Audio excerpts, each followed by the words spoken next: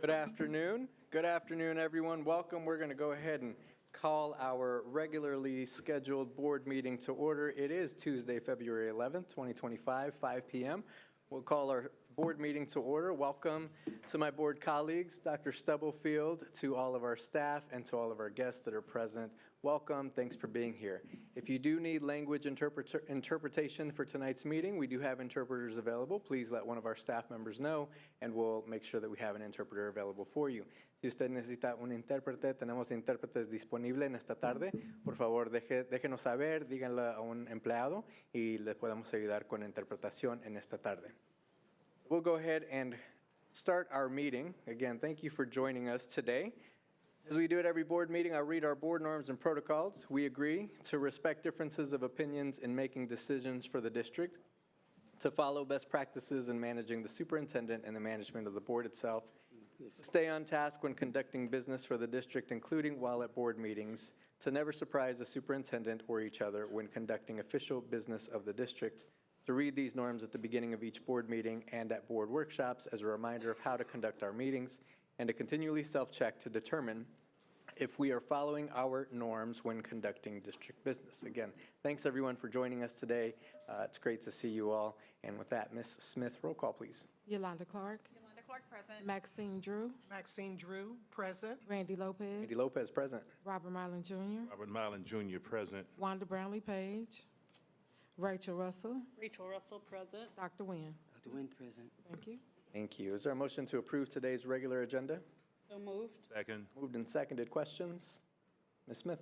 Yolanda Clark. Yolanda Clark, yes. Maxine Drew. Maxine Drew, yes. Randy Lopez. Randy Lopez, yes. Robert Mylan Jr. Robert Mylan Jr., yes. Rachel Russell. Rachel Russell, yes. Dr. Nguyen. Dr. Nguyen, yes. Thank you. Great, thank you. To start off our board meeting this afternoon, board and colleagues, friends, we have a special treat. We have Mr. William Brewer with us and the Schlegel High School Choir. We'd like to introduce them and welcome them to our board meeting this afternoon. Thank you so much for joining us. And if there's anything you'd like to share, Dr. Stubblefield or Mr. Brewer, before we hit the performance, would open any or welcome any remarks. I just want to thank Mr. Brewer and the Schlegel Choir, as well as Ms. Burns, for always so graciously arranging for our students to come to perform. And this evening, we are honored to celebrate Black History Month, and they will be sharing a few selections. And Mr. Brewer, if you want to add anything, feel free.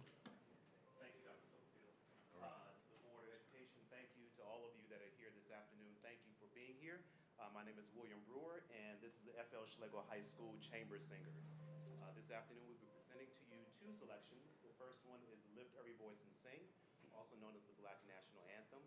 And our second selection is in memory, or I should say in honor, of a great composer, Richard Smallwood. The selection is Total Praise. Can you please stand for Lift Every Voice and Sing?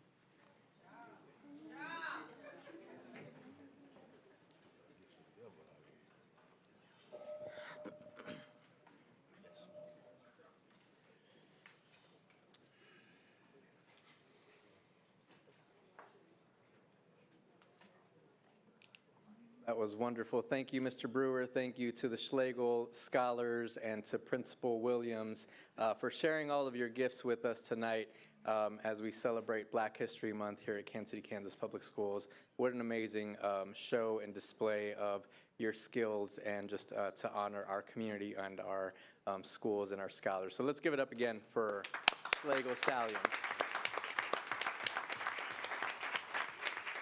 Thank you. We'll continue on with celebrations. Agenda item 2B, we have our Kansas City, Kansas Public Schools Copper Star recognition. Good evening, Dr. Fernandez Flores.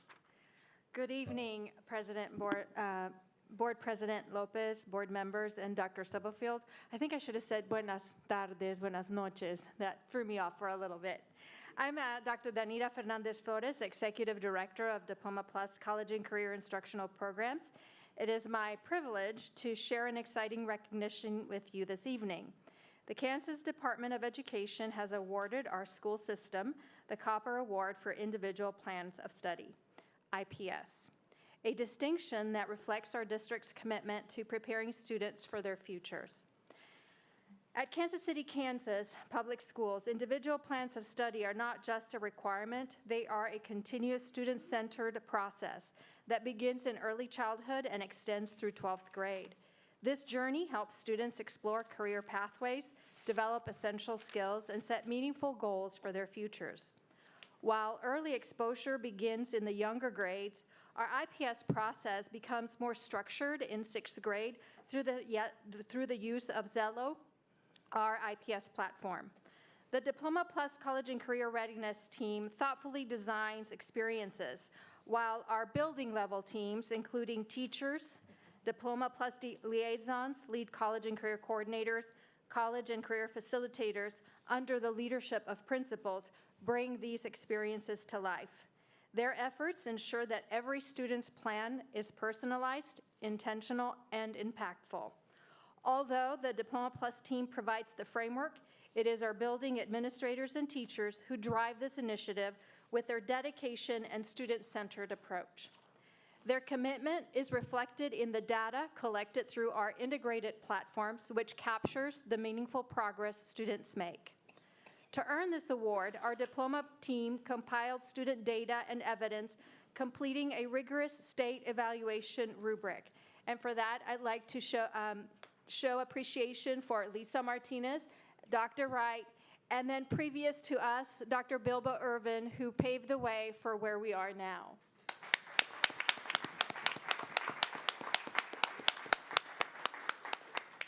The Kansas Department of Education recognized the strength of our work and awarded us the Copper distinction based on this submission.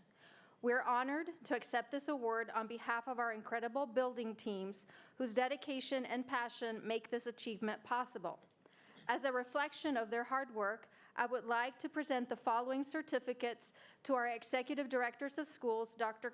Scott and Dr. Bilba Irvin, so that they can share these with their school leaders, the ones they support, recognizing their efforts in ensuring students engage meaningfully in their plans of study.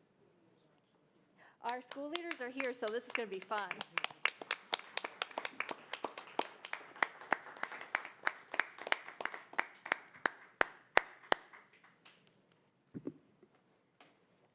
You can start it. Gloria Willis, Central Middle School.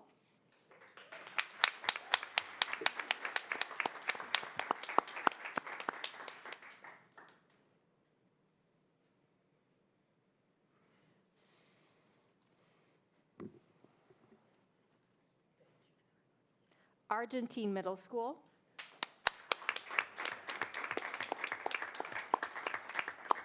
Arrowhead Middle School.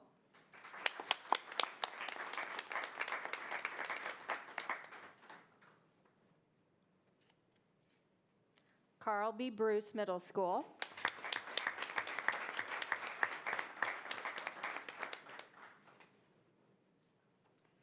Eisenhower Middle School.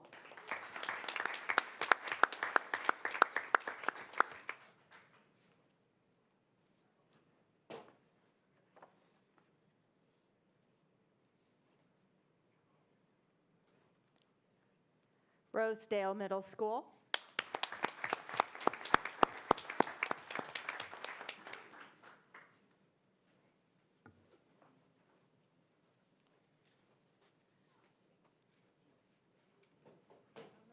F.L. Schlegel High School.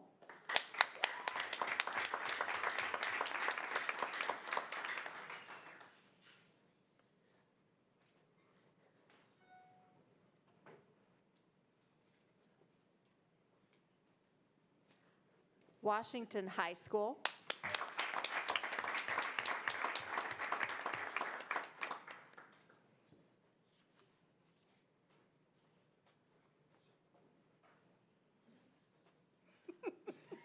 Sumner Academy.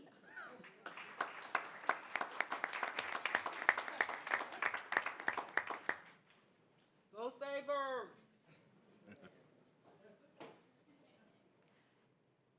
Wyandotte High School.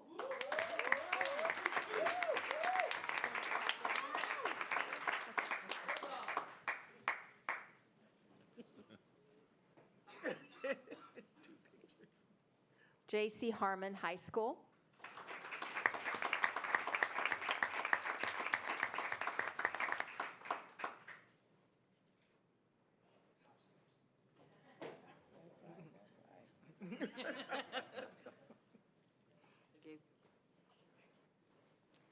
Alfred Fairfax Academy. Yeah.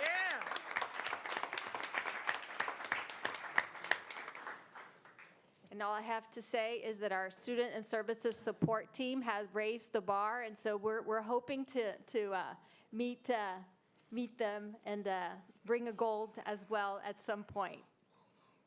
Thank you, Dr. Fernandez Flores. Great transition to welcome Dr. Sarah Lucero tonight. Good evening. Good evening, Board President, board members, and Superintendent Dr. Stubblefield. I'm excited to present to you a very big honor because we are the first and only for our Gold Star Award for Social Emotional Growth in the state of Kansas. Bring home the gold, baby! So it does take a team. First, we're going to recognize those who were on the team who were part of the process and the programming and getting us to get this recognized at the state level here at the district office. I'm going to call their names up and give them an award. However, if they could all come together and stand here because it does take a team. So this is our third consecutive year that we have been recognized in social emotional learning. Each year we have made progress and moved. So the first honor for that goes to Mrs. Tracy Chauvin, who is our Director of Student Support Program. Yeah.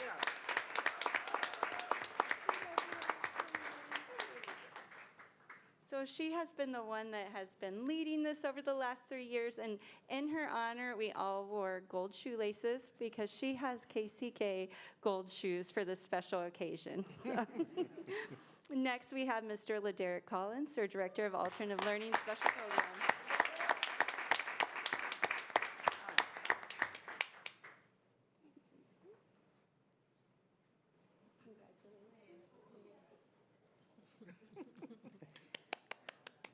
All right, next is Angela Dunn, our Coordinator of Behavioral Health.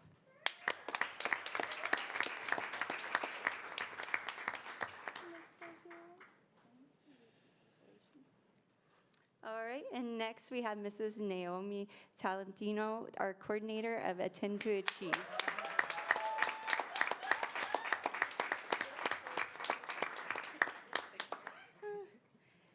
Next, we have Lucia Castañeda, who is our Program and Prevention Specialist of Attend to Achieve.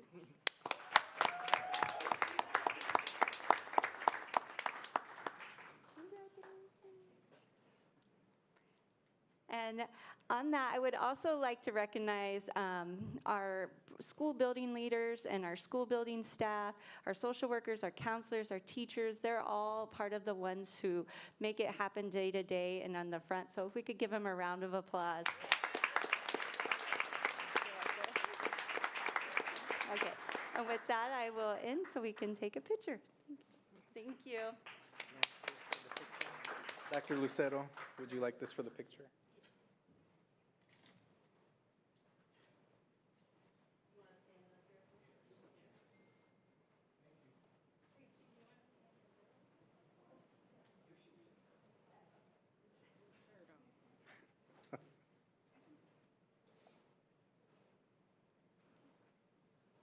close, like y'all like each other. Let me have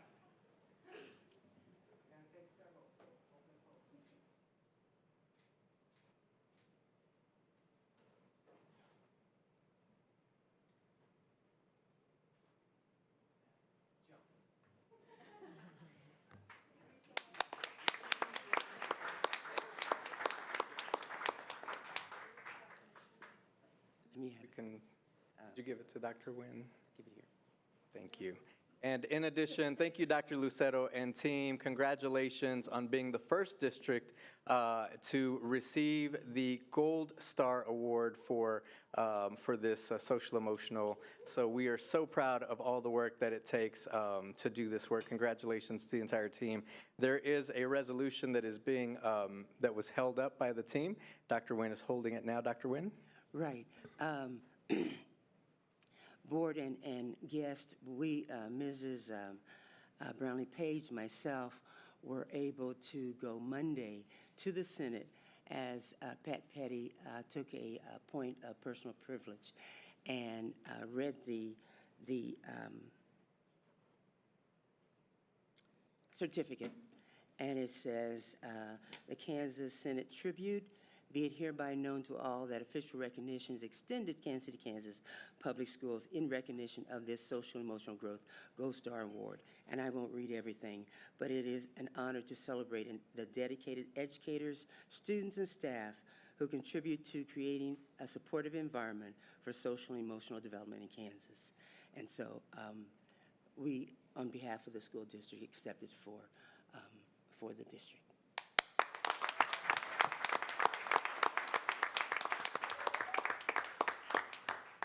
Thank you so much. Again, congratulations. And I'll just share, since we're here and we have a lot of our team here, I shared downstairs, and I'll just share briefly again. I won't go into the full, don't worry, Dr. Stubblefield. What I shared downstairs and what I want to share tonight with all of you, with our entire family here, is how proud we are, how proud I am of the work that you all do every single day, and how meaningful this award and many of the awards that don't go recognized that we receive as a district, that you work hard to make sure that we are impacting our students every single day. Given today's climate and everything that our students and families have to show up with, you make sure, you, our staff, you, our family, you, our team, make sure that our students feel welcomed, that our families feel included, that our staff and students feel safe, and that this is a place where we all belong, regardless of our race, ethnicity, language, creed, religion, who we are. We love and we welcome you here in Kansas City, Kansas Public Schools. And I am just so very proud of this achievement and so much more that this district does. And I just want to say thank you from the bottom of my heart, because you don't always get to hear it, but you pour in so much every single day for these students, for these families, for this community, and I'm just so very proud of you. So thank you all for the work that you do, for being Kansas City, Kansas Public Schools family, and we really appreciate all you do. Thank you, Dr. Nguyen and Ms. Brownlee Page, for being in Topeka to recognize that as well. So again, congratulations to the entire team. And we're just so very proud of you, and thank you for all that you do for our students and families and for each other. Thank you.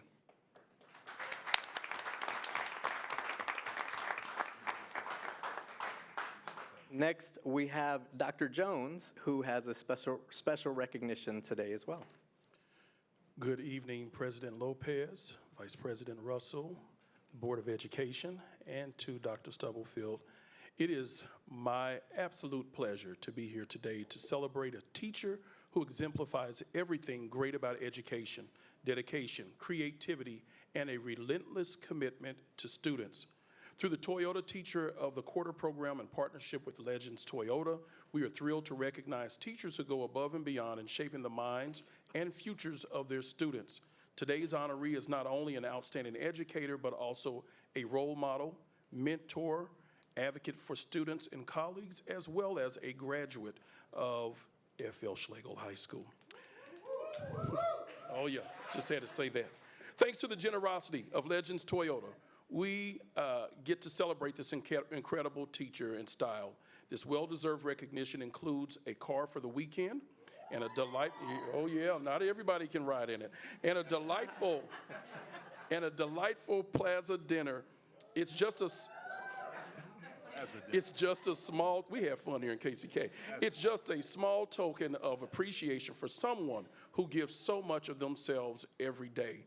And I am so happy that I can say I've known this person for quite a long time, and that is none other than Mrs. Rosie Scott, third grade teacher at T.A. Edison.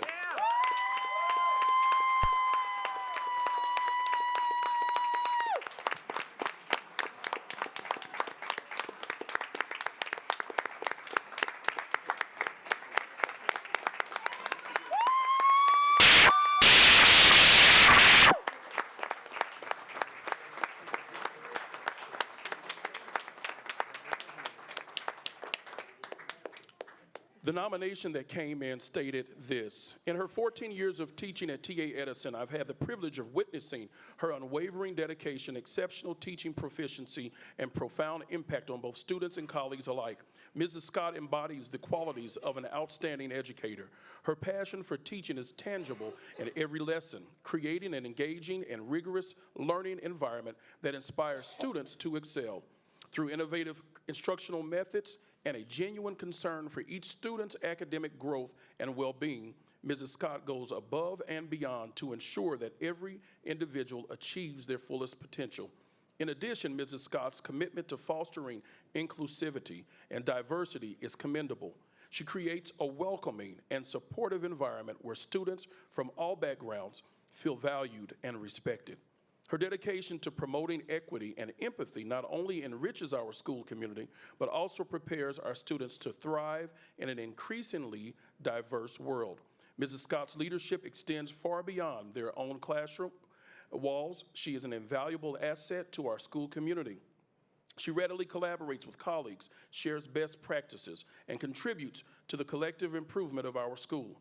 She serves as a mentor and role model to fellow educators, fostering a culture of continuous learning and professional development.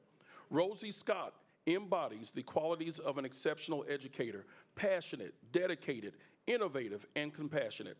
She has made an unforgettable impact on our school community, and I wholeheartedly believe that she is deserving of the Teacher of the Quarter Award.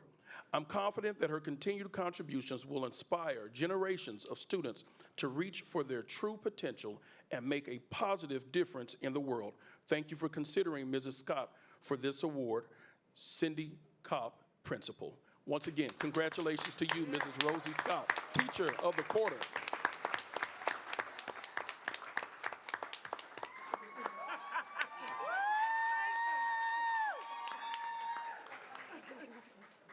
Congratulations, Mrs. Scott. Thank you for all you do.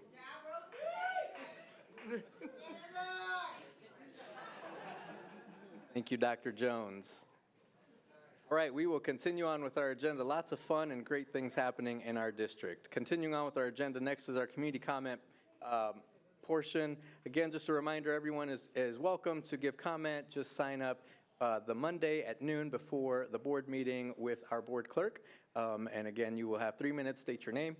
You may begin speaking, and your time will start after you give your name. Make sure we have your contact information for any follow-up. And your comments should be directed towards the board, and there's no interaction between the board and those giving comment. So we'll call our first person, Mr. Scott Harding.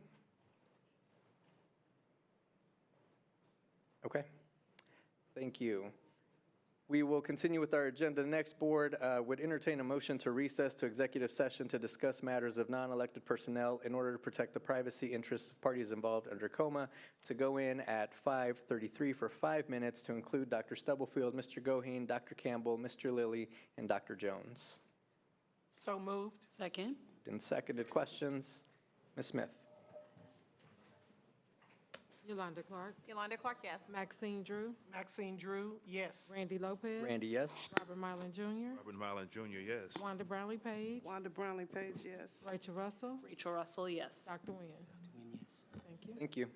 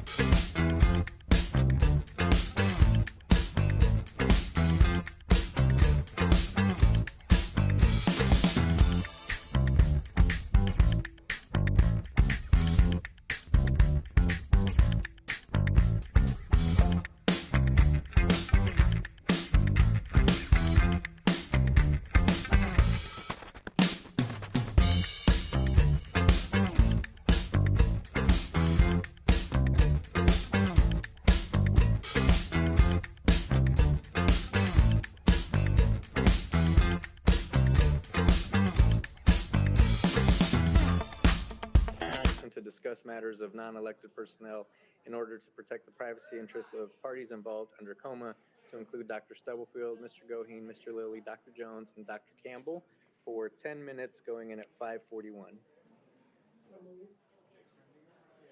Moved by Ms. Drew, seconded by Mr. Mylan. Questions? Ms. Smith? Yolanda Clark. Maxine Drew. Randy Lopez. Randy, yes. Robert Marlin Jr. Wanda Brownlee Page. Rachel Russell. Dr. Nguyen. Thank you. Thank you.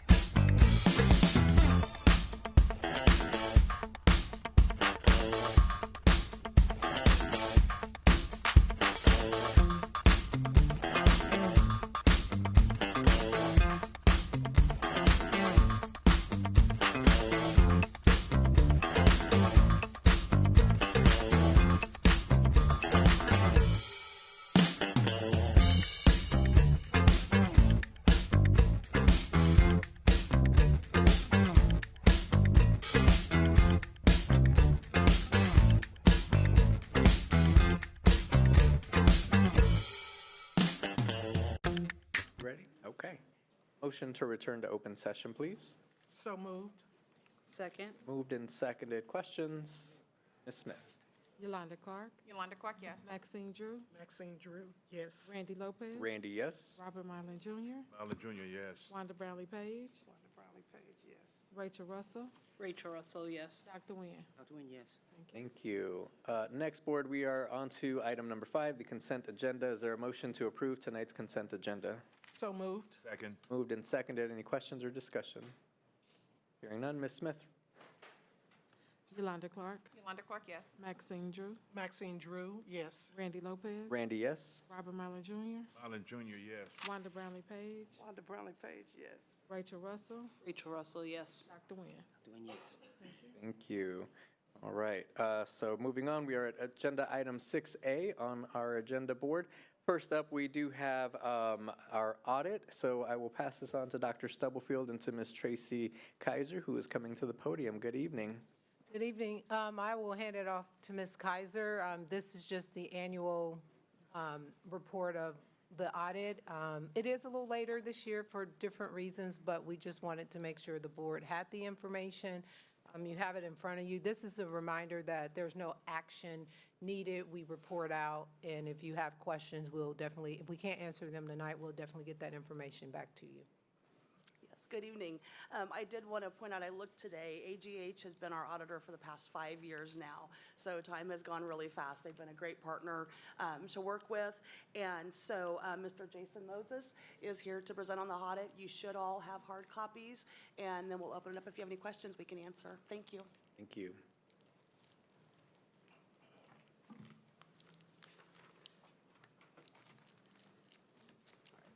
Good evening. Good evening. My name is Jason Moses, and I'm with AGH CPAs. And if you could just make sure you, yeah, you Is can that move the better? mic. Yes, Yeah, thank you so much. sorry, I'm not used to the No, you're mics. fine. Thank you. My name is Jason Moses, and I'm with AGH CPAs. I was the manager in charge of the 2024 audit. I'm here to briefly discuss the results of that audit and answer any questions that you may have. The 3 overall goals for our audit include ensuring compliance with laws and regulations, the internal controls are in place and functioning effectively, and the financial statements accurately reflect the books and records of the entity. Audit standards require that we communicate certain items to the governing body to keep them informed about audit-related matters. The first item is a separate letter issued to the board and addresses these required communications. It will be the smaller of the 2 within your packet. The first item that I would like to go through is at the top of page 2, and relates to any unusual transactions that we encountered during the audit. I'd like to report that during the audit, we did not uncover any unusual or unique transactions that we would need to report. The next section on page 2 deals with estimates included in the financial statements. We have one estimate related to the net pension liability that is recorded in the notes to the financial statements. And the third item is audit adjustments. We are required to inform you about any audit adjustments we made during the year. This year, we did not have any audit adjustments posted to the district's books. However, the district did elect to pass on one adjustment. The total balance is immaterial in nature and is related to the accrued payroll. Now, if you will turn to page 4 of the packet, I would like to discuss an internal control matter that we uncovered during the audit. As noted in the communication, during the testing of the federal programs, we noted a material weakness with our audit of the Epidemiology and Laboratory Capacity for Infectious Diseases program, also known as the ELC program. This material weakness was related to the procurement policies and procedures in place. During our sample, 9 of the 14 items we tested did not follow the district's procurement policy. We have discussed this finding with management, and they have put in a corrective action plan in place to address this issue, and we will follow up next year to ensure it has been implemented.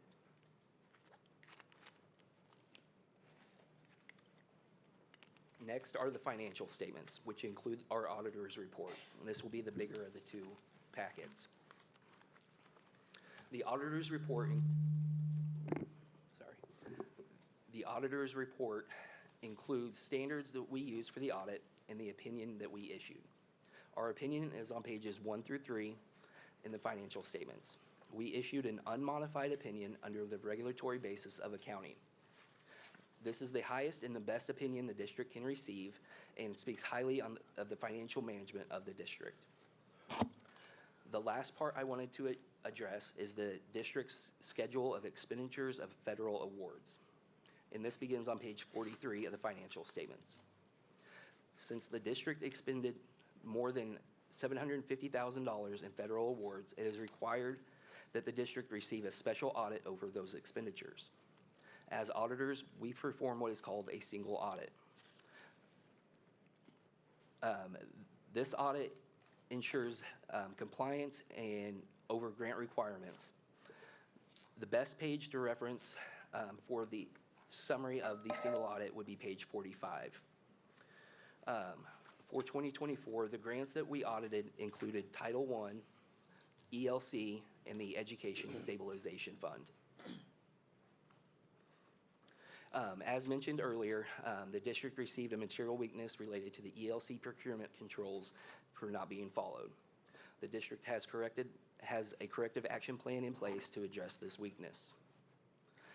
In closing, I would like to say that we greatly appreciate the assistance and the cooperation of the district. An audit is always a huge undertaking, and all of the district staff have been outstanding and wonderful to work with.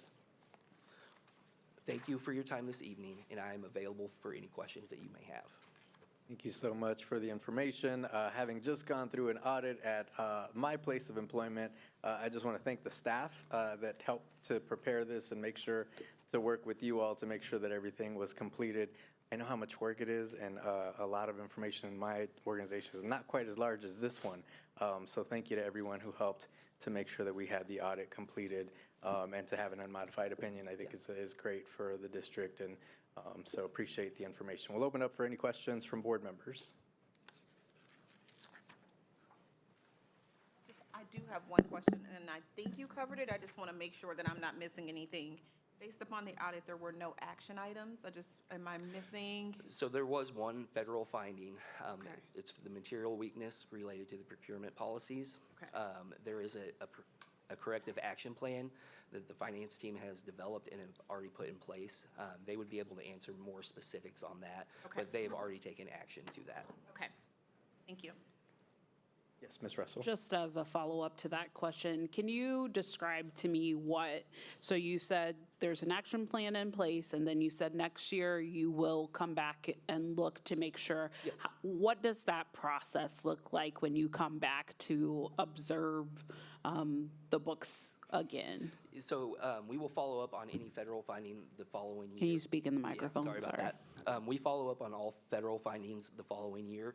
We will retest whatever that internal control procedure was to ensure that it was fixed. Okay, and so I guess my more specific question is, are you only coming back to, because this one probably won't exist anymore, so are you looking at more than one category, or? So we will look at the. I understand you're looking at federal funds, but this is a specific one that you looked at for this finding, so then Correct. how will you do it again? And did you test any other categories underneath federal awards in this one? What do you mean by categories?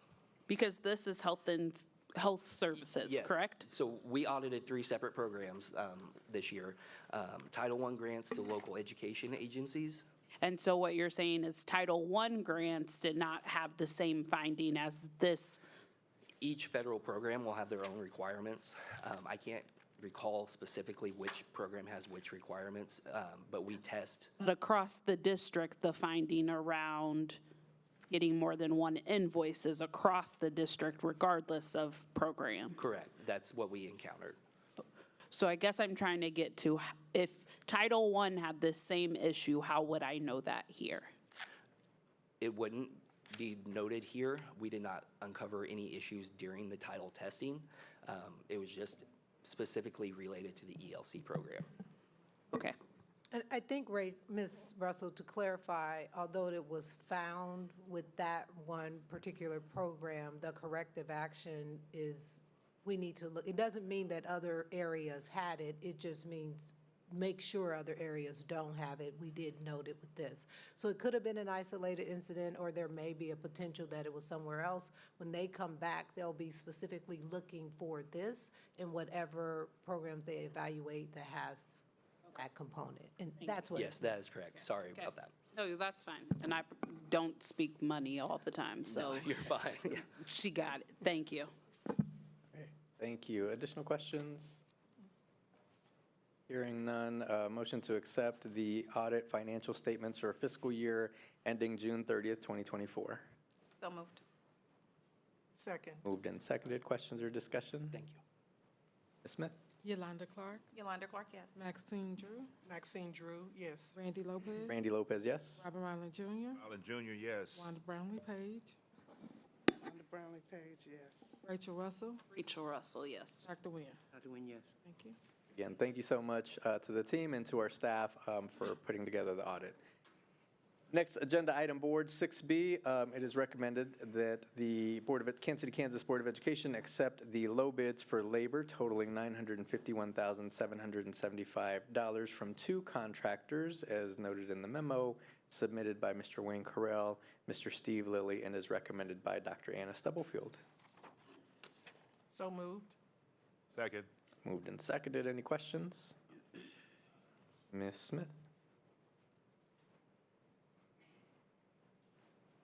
Yolanda Clark, Yolanda Clark, yes. Maxine Drew, Maxine Drew, yes. Randy Lopez. Randy Lopez, yes. Robert Ryland Jr., Robert Allen Jr., yes. Wanda Brownlee Page, Wanda Brownlee Page, yes. Rachel Russell, Rachel Russell, yes. Dr. Nguyen. Dr. Nguyen, yes. Thank you. Thank you.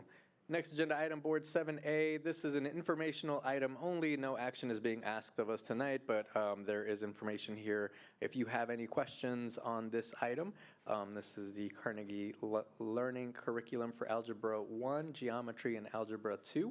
Mr. Amaya is here to answer any questions that you may have, so would open the floor for any questions. Ms. Russell?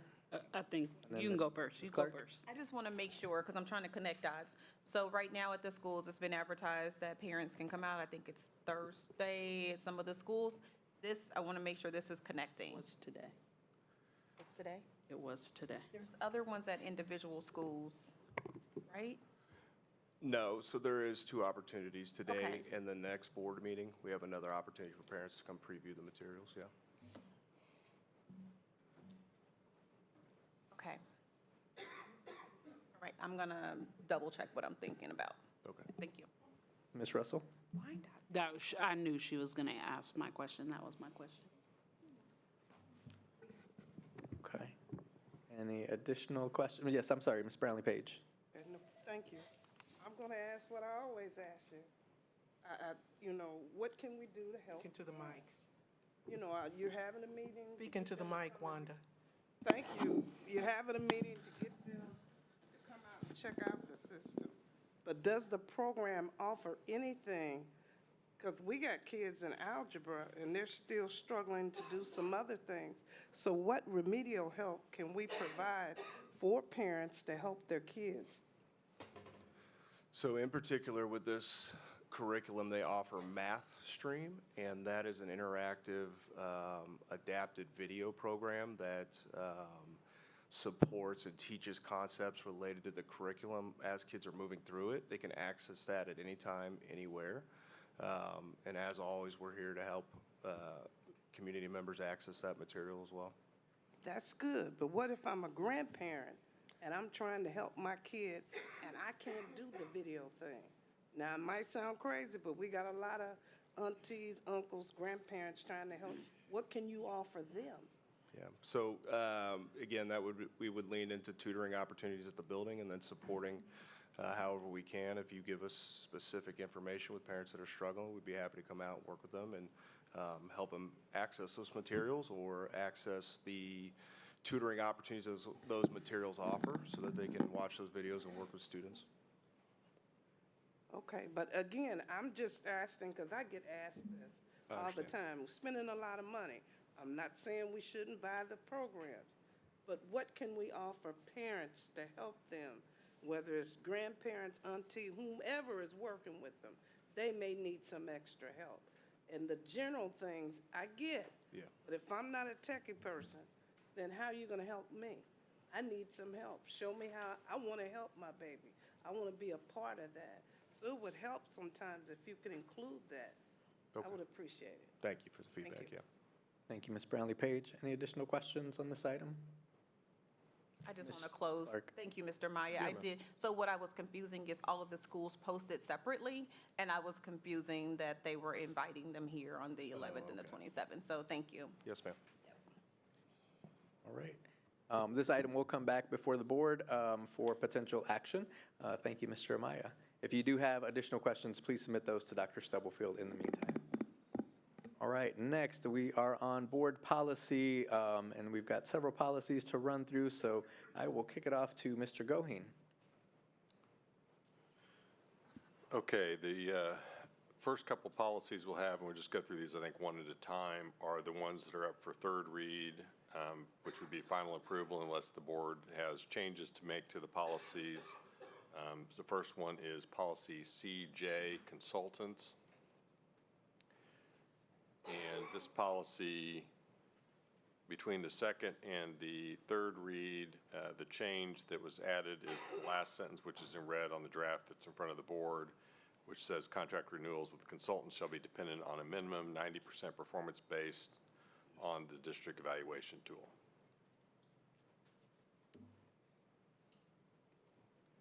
So I would, this shouldn't come as a surprise. So I still am struggling a little bit with this particular policy with the added language. We had a really good conversation, I think, the last time this policy went through second and third, or second read, around the performance space and the district evaluation tool, I think, that is being developed and being used, I think, piloted. I still struggle with the threshold of the 90% as a cutoff for a couple of reasons, not because I don't believe we need excellence or we're requiring excellence. I absolutely think we need to have the best that we can for our students and for our staff. But I think with the tool that we have, it's a newer tool. It can be very subjective, and I just see some challenges with being able to comply with the language if it is added within the current policy. And I would hate to have us have a policy that potentially we wouldn't be able to necessarily comply with. So I still struggle with that, the red part in the policy CJ that's presented today. And I'm not in favor of including that language moving forward. I think there's discretion that we can give and guidance that we can give to our leadership team, to our staff, in terms of how we're evaluating any consultants that we're bringing forward and making sure that we're not bringing low-performing consultants to our staff. But I just still struggle with that threshold and that language in particular with this policy. Well, Mr. Lopez, are you struggling with 90%, or are you struggling with any metric? No, I think for me, it's the way that it's written. I think, again, it's the subjectivity potentially of the 90%, the nature of the subjectivity of how people are rated, consultants are rated when they come in. If I don't like somebody and I don't want to use them again, and they may have done a great job, but I'm going to mark them as a 0 because I may not like them. Or I just think that specific metric for me just is too high. I just think with the tool that we're using and to have that specific of a metric, I think there's potential conflict when we're looking at this policy with what we're doing and or what we're being mandated to do in some particular trainings or things that we're asking that are asked of us as well. So I see potential conflict. You have a tool. A tool is going to be measured one way or the other. Now, one would suggest you're going to have to land someplace.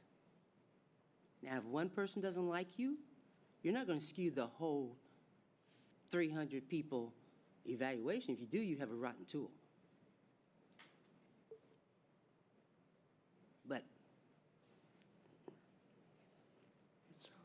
Yes, I'm sorry, Ms. Russell. I don't know where Wayne is, but I wondered while I put it in the atmosphere, my question, and then I'll get to my second point and maybe Wayne will reappear. Is an update on where we are with the pilot, because I think we can work on this policy. It also has been some time since that tool started to get implemented. And so I'm just wanting to see if there's a space for us to look at the tool again in its pilot stage, to look at the data points. Tracy, was you gonna be my answer person? Okay, sorry. Go ahead. No, you're fine. Yes, we did update the finance committee last week. I'm not getting, there, is that better? Thank you. We did update the finance committee last week that we did go live January 1st. So it's taking some time to get those contracts entered in.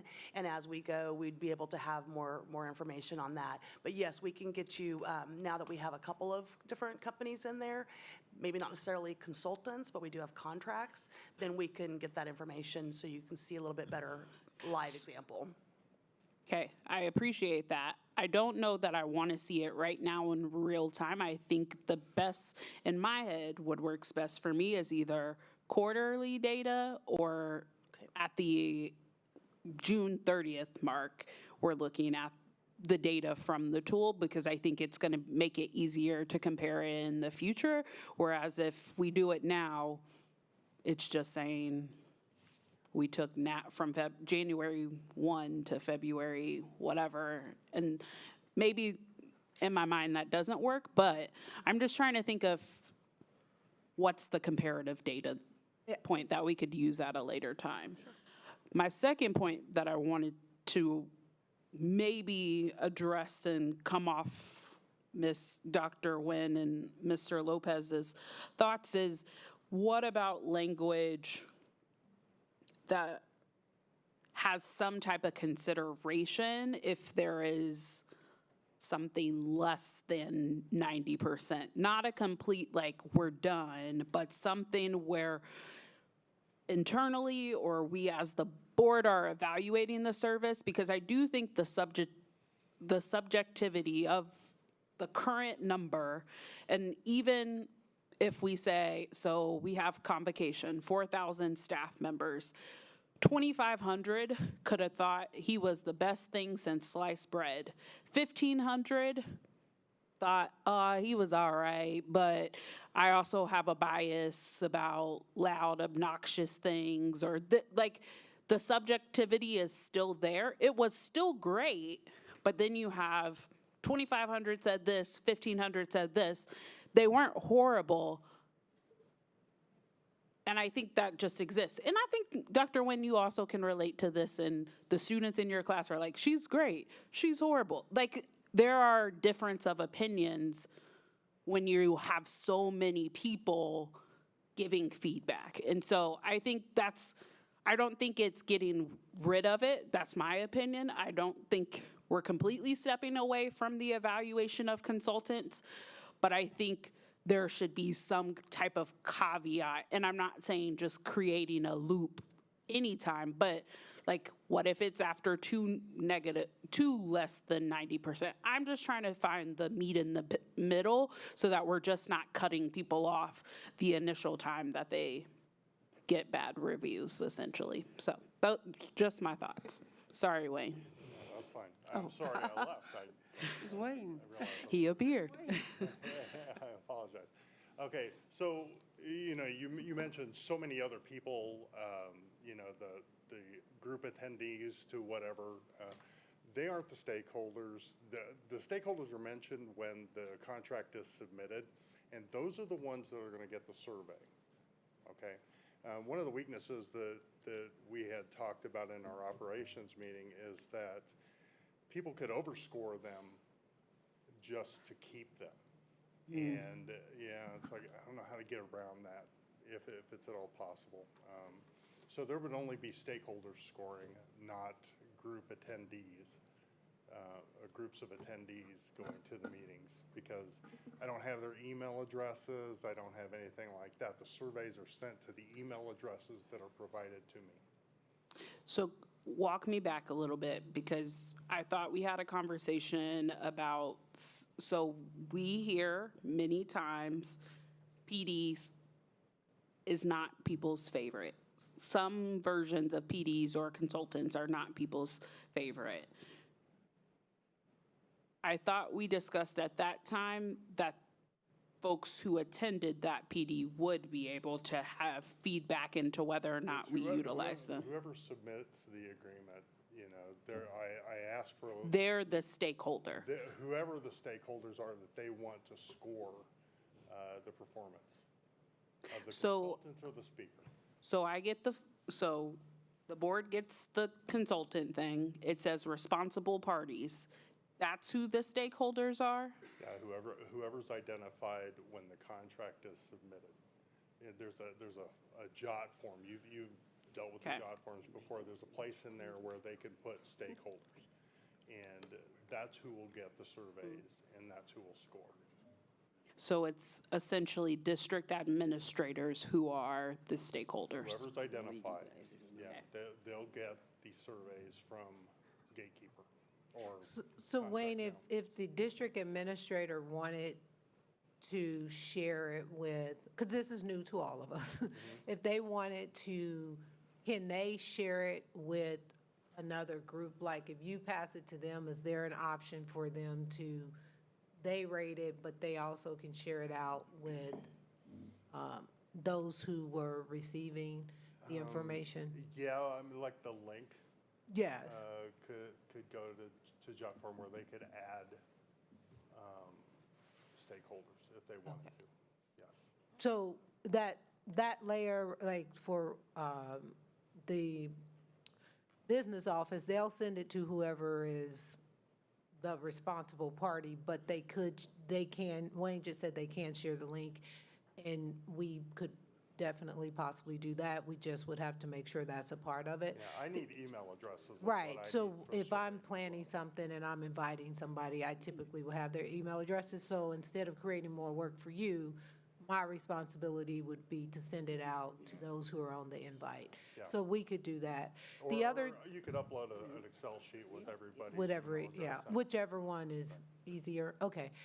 The other thing, just not to confuse this, a lot of time with professional development, and I'm just looking out at Dr. Campbell and her team, internally, we do typically for professional development, provide surveys to the group to get feedback, even when it's ourselves presenting, just to get feedback around, was this meaningful? How did it work? How can we make it better? So internally, like when we're giving professional development or providing things, we also take that information and we're reflective about it just internally. So when it's an outside person, do you all collect that information in the instructional diploma plus? So they're already collecting it and informing decisions around it. But I'm just saying there are two tracks, but we definitely can upload a spreadsheet or share the link out. We can talk internally about which one makes the most sense so that you can have a wider group of stakeholders.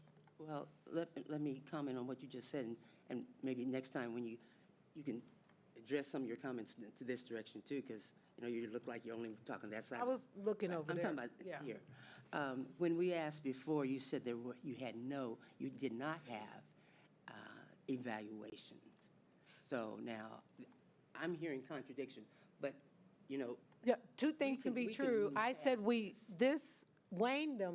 didn't have evaluation internally it's not asking the question. No. Yeah. We were, before Wayne came up with, and this is getting a little interesting, but before Wayne came up with the tool, the conversation we had, you said that you did not have any. Specifically for consultants. What I just shared, and that's why I'm saying both things can be true. We evaluate the professional development. I'm not a consultant. If I'm sharing something with staff, with principals or whatever, after each meeting, we send a little survey. in our conversation, what I heard, and if I spoke generally, I'm happy to clarify it now. When you ask, how do we evaluate consultants? We didn't have a specific tool for consultants. This is specific, correct. This is specific to consultants. But as far as PDs and those kind of things, we've always sent surveys out. Is it a formalized format, or is it just? It is formalized. Different people have, depending on who the presenters are, the questions are specific to that. I think typically with our building principals, that's the one that I can speak to more because I'm in that space. They do use a consistent format and they tweak the questions based off who's sharing it. We don't have a lot of outside consultants that are coming to that. It's typically our executive directors and department leaders presenting information that they're required. You keep them as documentation of? Yes. Okay, so, I mean. Yes, but those, had 90% of those are not consultants. So we did not have something specific to consultants, but we do get feedback on what we share with staff internally. Well, this is talking about consultants. And I just wanted to clarify that I also understood that when we had this conversation as it refers to accounting and accountability for Wayne's department versus leadership and learning. So I think those are two different processes, and Wayne's not in the day-to-day of like, oh, we had this we had this consultant or this group. And so I think there were two distinct differences. I think the purpose of what we're doing here is from the consulting purchasing side of things, different than the academic student achievement. And that's how I interpreted that response previously. So I just wanted to.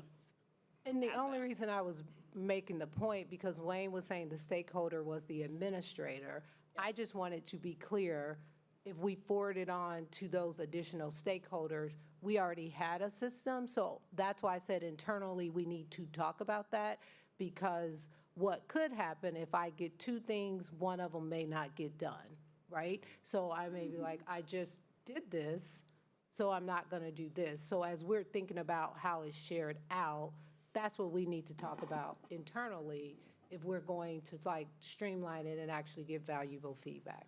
That was my point. Yeah, off the top of your head, what's the value of your use of your, let's say, the amount paid for PD or whatever you're speaking of, total over a year? For what you were referencing. For internal staff? Correct. Majority of it is ourselves. I don't have a number off the top of my head.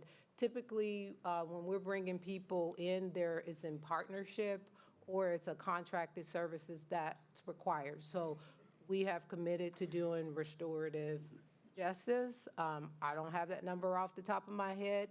We just did a whole train the trainers model so that our staff can train it. A lot of times on the front end, we're contracting it and then we're training our staff to do it. Okay. But the point, I said that, board, also at the meeting on Friday, because time did not permit you to separate different categories of consultants, we're talking substantial dollars here.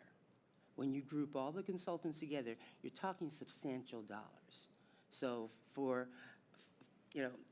agree on some language of some metrics, some performance, some tool. We can delay it, we can talk about it, whatever, but you're talking substantial revenue. And if you don't think, I hate even to throw that figure out of the total, because it includes substitutes, it includes all the range of operations. But we're talking $17 million. Now, if you don't think you can come and you're not comfortable with 90, okay. But there's got to be some level of accountability. We're talking about $17, $20 million. So whatever your comfort level is, let's find some language for evaluation, because we must be accountable to our taxpayer, to ourselves. You're not going to blow $17 million and just say, you may be having a bad day. I don't think you want to portray yourself to the community like that. Yeah, and I don't think I am. I think it's didn't say unfair. you were. I said I I think don't it's want to. unfair to say that we're I didn't say portraying. you did. I'm saying we're talking consultants. We're not Sure. talking internal professional development. We're talking about millions of dollars. Right, and I'm saying I don't think it's fair to portray that we're blowing consultant dollars now. Ms. Clark? Thank you, Mr. Lopez. So if we go back to the language, I can see like putting a hardcore number on this and where that could be a little bit of a problem in the future.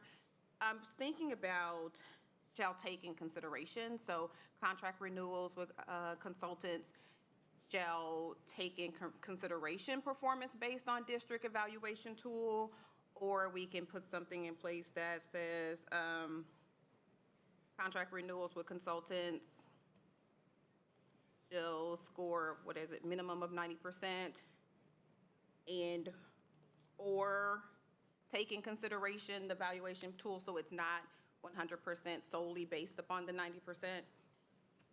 Last point is if we make the procedure like take in consideration, once the contract is getting ready to be approved, maybe there's a process or procedure versus a policy that says, why are we still going with this consultant? So just thinking about going back to the language and making something that we're able to operate within. I work with metrics every single day, so they're not new to me. So I'll stand on that. Yeah, and I think, thank you, Ms. Clark.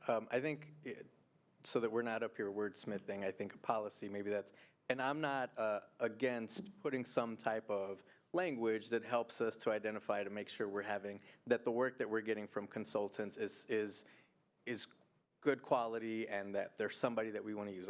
I think that's great. I think we should in what we're doing. I struggle with the way it's written. If it's a policy that we could be conflicting or not following all the time, and how that, if it's a policy that we can't always follow for a different reason, for various reasons, then we don't want to have a policy that we can't adhere to, right? So since I'm the one that kind of started, I would be interested to see if there's language that Mr. Goheen can maybe craft, hearing the conversation that we're having, that would maybe bring, that would capture the conversation around having some language around metrics and making sure that that we're using the evaluation tool. I'm not opposed to that. So but if I'm the only one, I don't want to continue. So I don't want us to wordsmith here for the next 30 minutes about what that looks like. I would suggest to send that. It's gonna snow. Exactly, there's a snow coming. So I would suggest letting Mr. Goheen, if the board is okay with it, to maybe wordsmith this, take some time and bring back some additional language. Let me ask this question. I'll do whatever the board asks me to do, but let me make sure I'm understanding.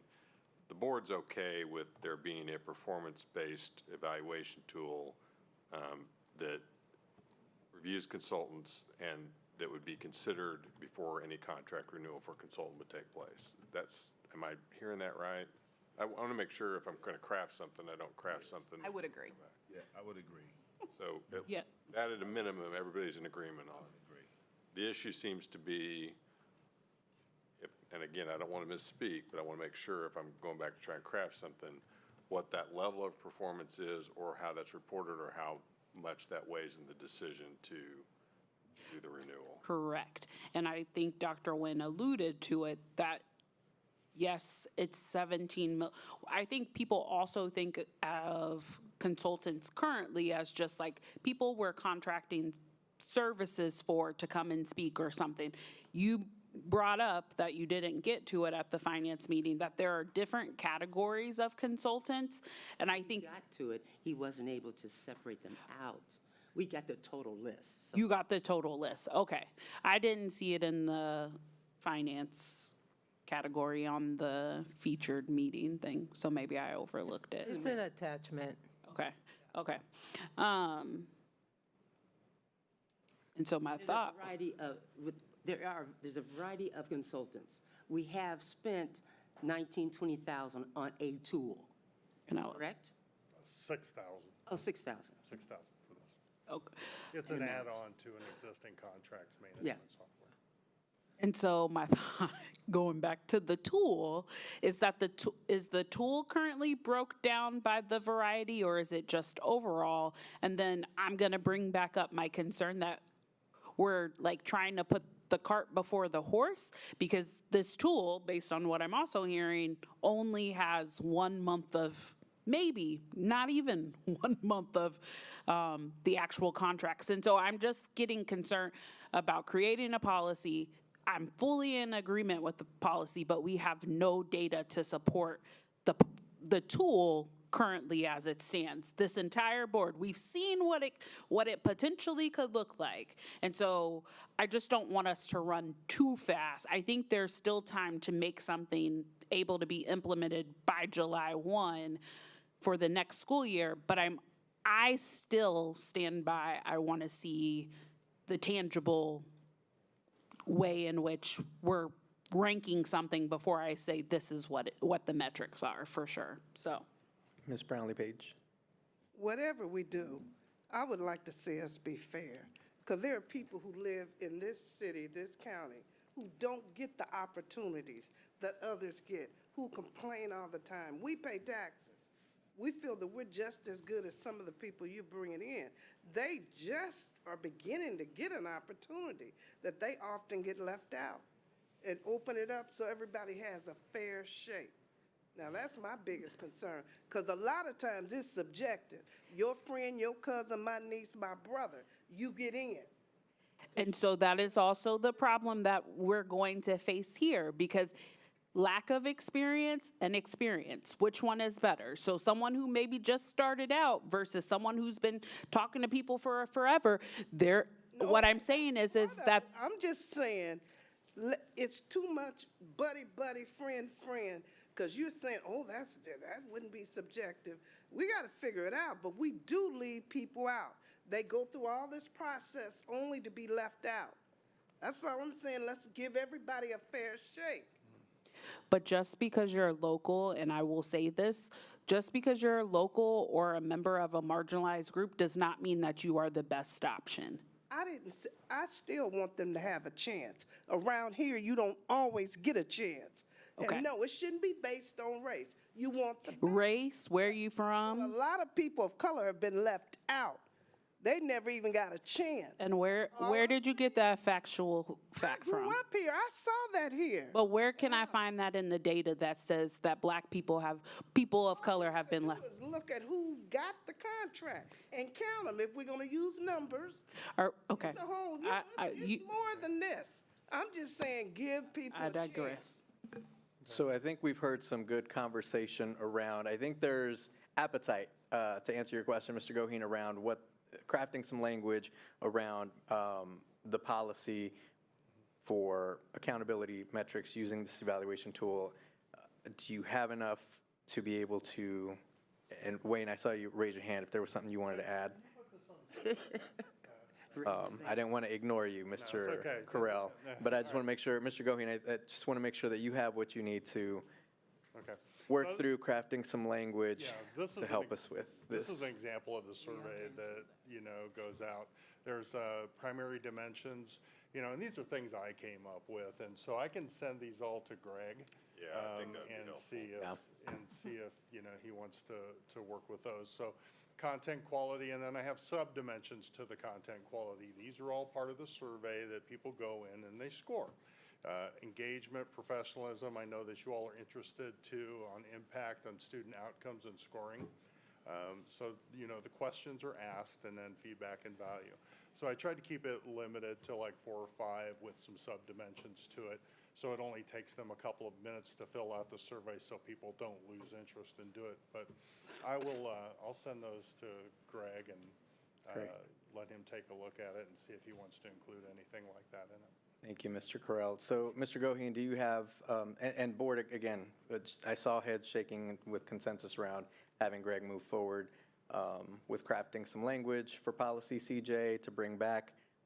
Mr. Goheen, do we need to table this read For the next board meeting, how would you like to? No, I wouldn't table it since you're asking me to bring back language. Let's just move on from that. Just move on, not take any action? Take Okay. no action on CJ. Okay, thank you. And I do just, and I understand that people's experiences have been sometimes that there's been some certain treatment of certain individuals or consultants. I do want to be careful about how we portray that out in the community, saying that there's always preferential treatment. I understand that people's experiences have been that, but I also know we have new leadership, new administration, we've got new processes in place that are working to make sure that everyone has an equitable chance at landing contracts. And while it may not be perfect, I just want to make sure that we're not putting out there that this is the practice that this district has, because I don't believe that is, and I have not heard that. I understand others' experiences have been different, but I just want to be careful about how we categorize that. So, Mr. Goheen, policy BBC. Policy BBC, and I believe we've got the correct version that has on the board agenda for the third read, which includes the language for a separate facilities advisory committee, a separate boundaries advisory committee, and for a finance advisory committee back into the policy. Yes.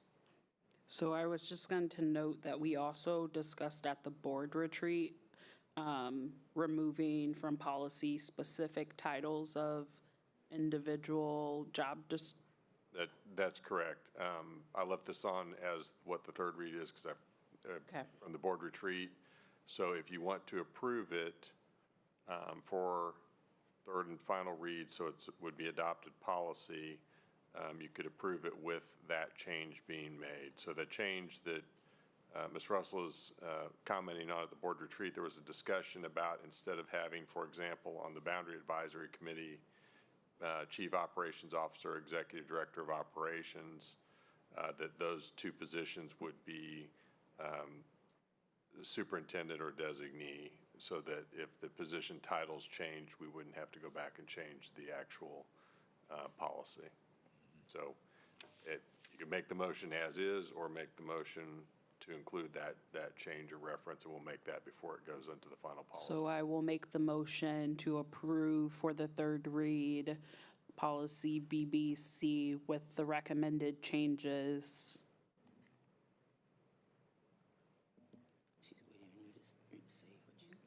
Put that in the form of motion. Is that it? The recommended changes being to remove specific personnel job titles and replace that with superintendent or designee. Okay. So moved. Been moved. Is there a second? Second. Moved and seconded. Any questions or discussion? All right. Hearing and seeing none. Ms. Smith. Yolanda Clark, Yolanda Clark, yes. Maxine Drew, Maxine Drew, yes. Randy Lopez. Randy, yes. Robert Marlin Jr., Marlon Jr., yes. Wanda Brownlee Page, I'm going to abstain because I wasn't there. Rachel Russell, Rachel Russell, yes. Dr. Nguyen. Doing yes. Thank you. Okay. The next policy up for third read is policy BDA. And the change to this policy language is at the bottom, making it should to may on recommended policy changes. And then I believe there was looks like that was the only change. I was thinking there was a grammatical error at correction. the top that was corrected, I believe. Yeah. Right.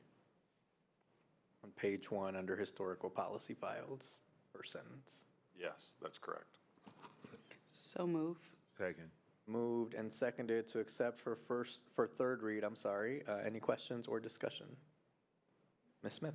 Yolanda Clark, Yolanda Clark, yes. Maxine Drew, Maxine Drew, yes. Randy Lopez. Randy, yes. Robert Marlin Jr., Marlon Jr., yes. Wanda Brownlee Page, Wanda Brownlee Page, I abstain again because I wasn't there.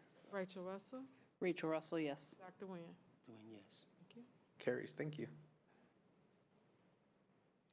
The next one we have up for a third read is the policy FC, which is the naming of facilities. This is the same, this policy is, the correction is removing the word must from the naming of facilities that was left off of it last time.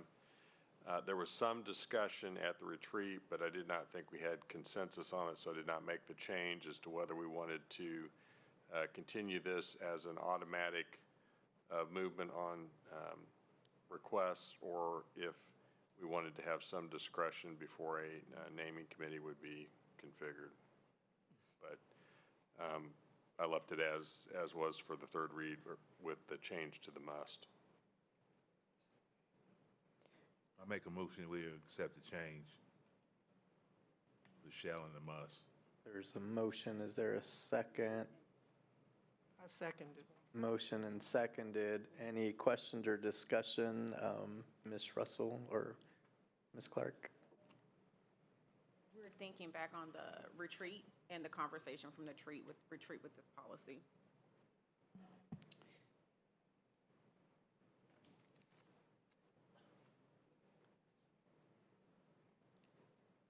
Any other questions or discussion on this policy? So I would make, similar to my last comment, I would,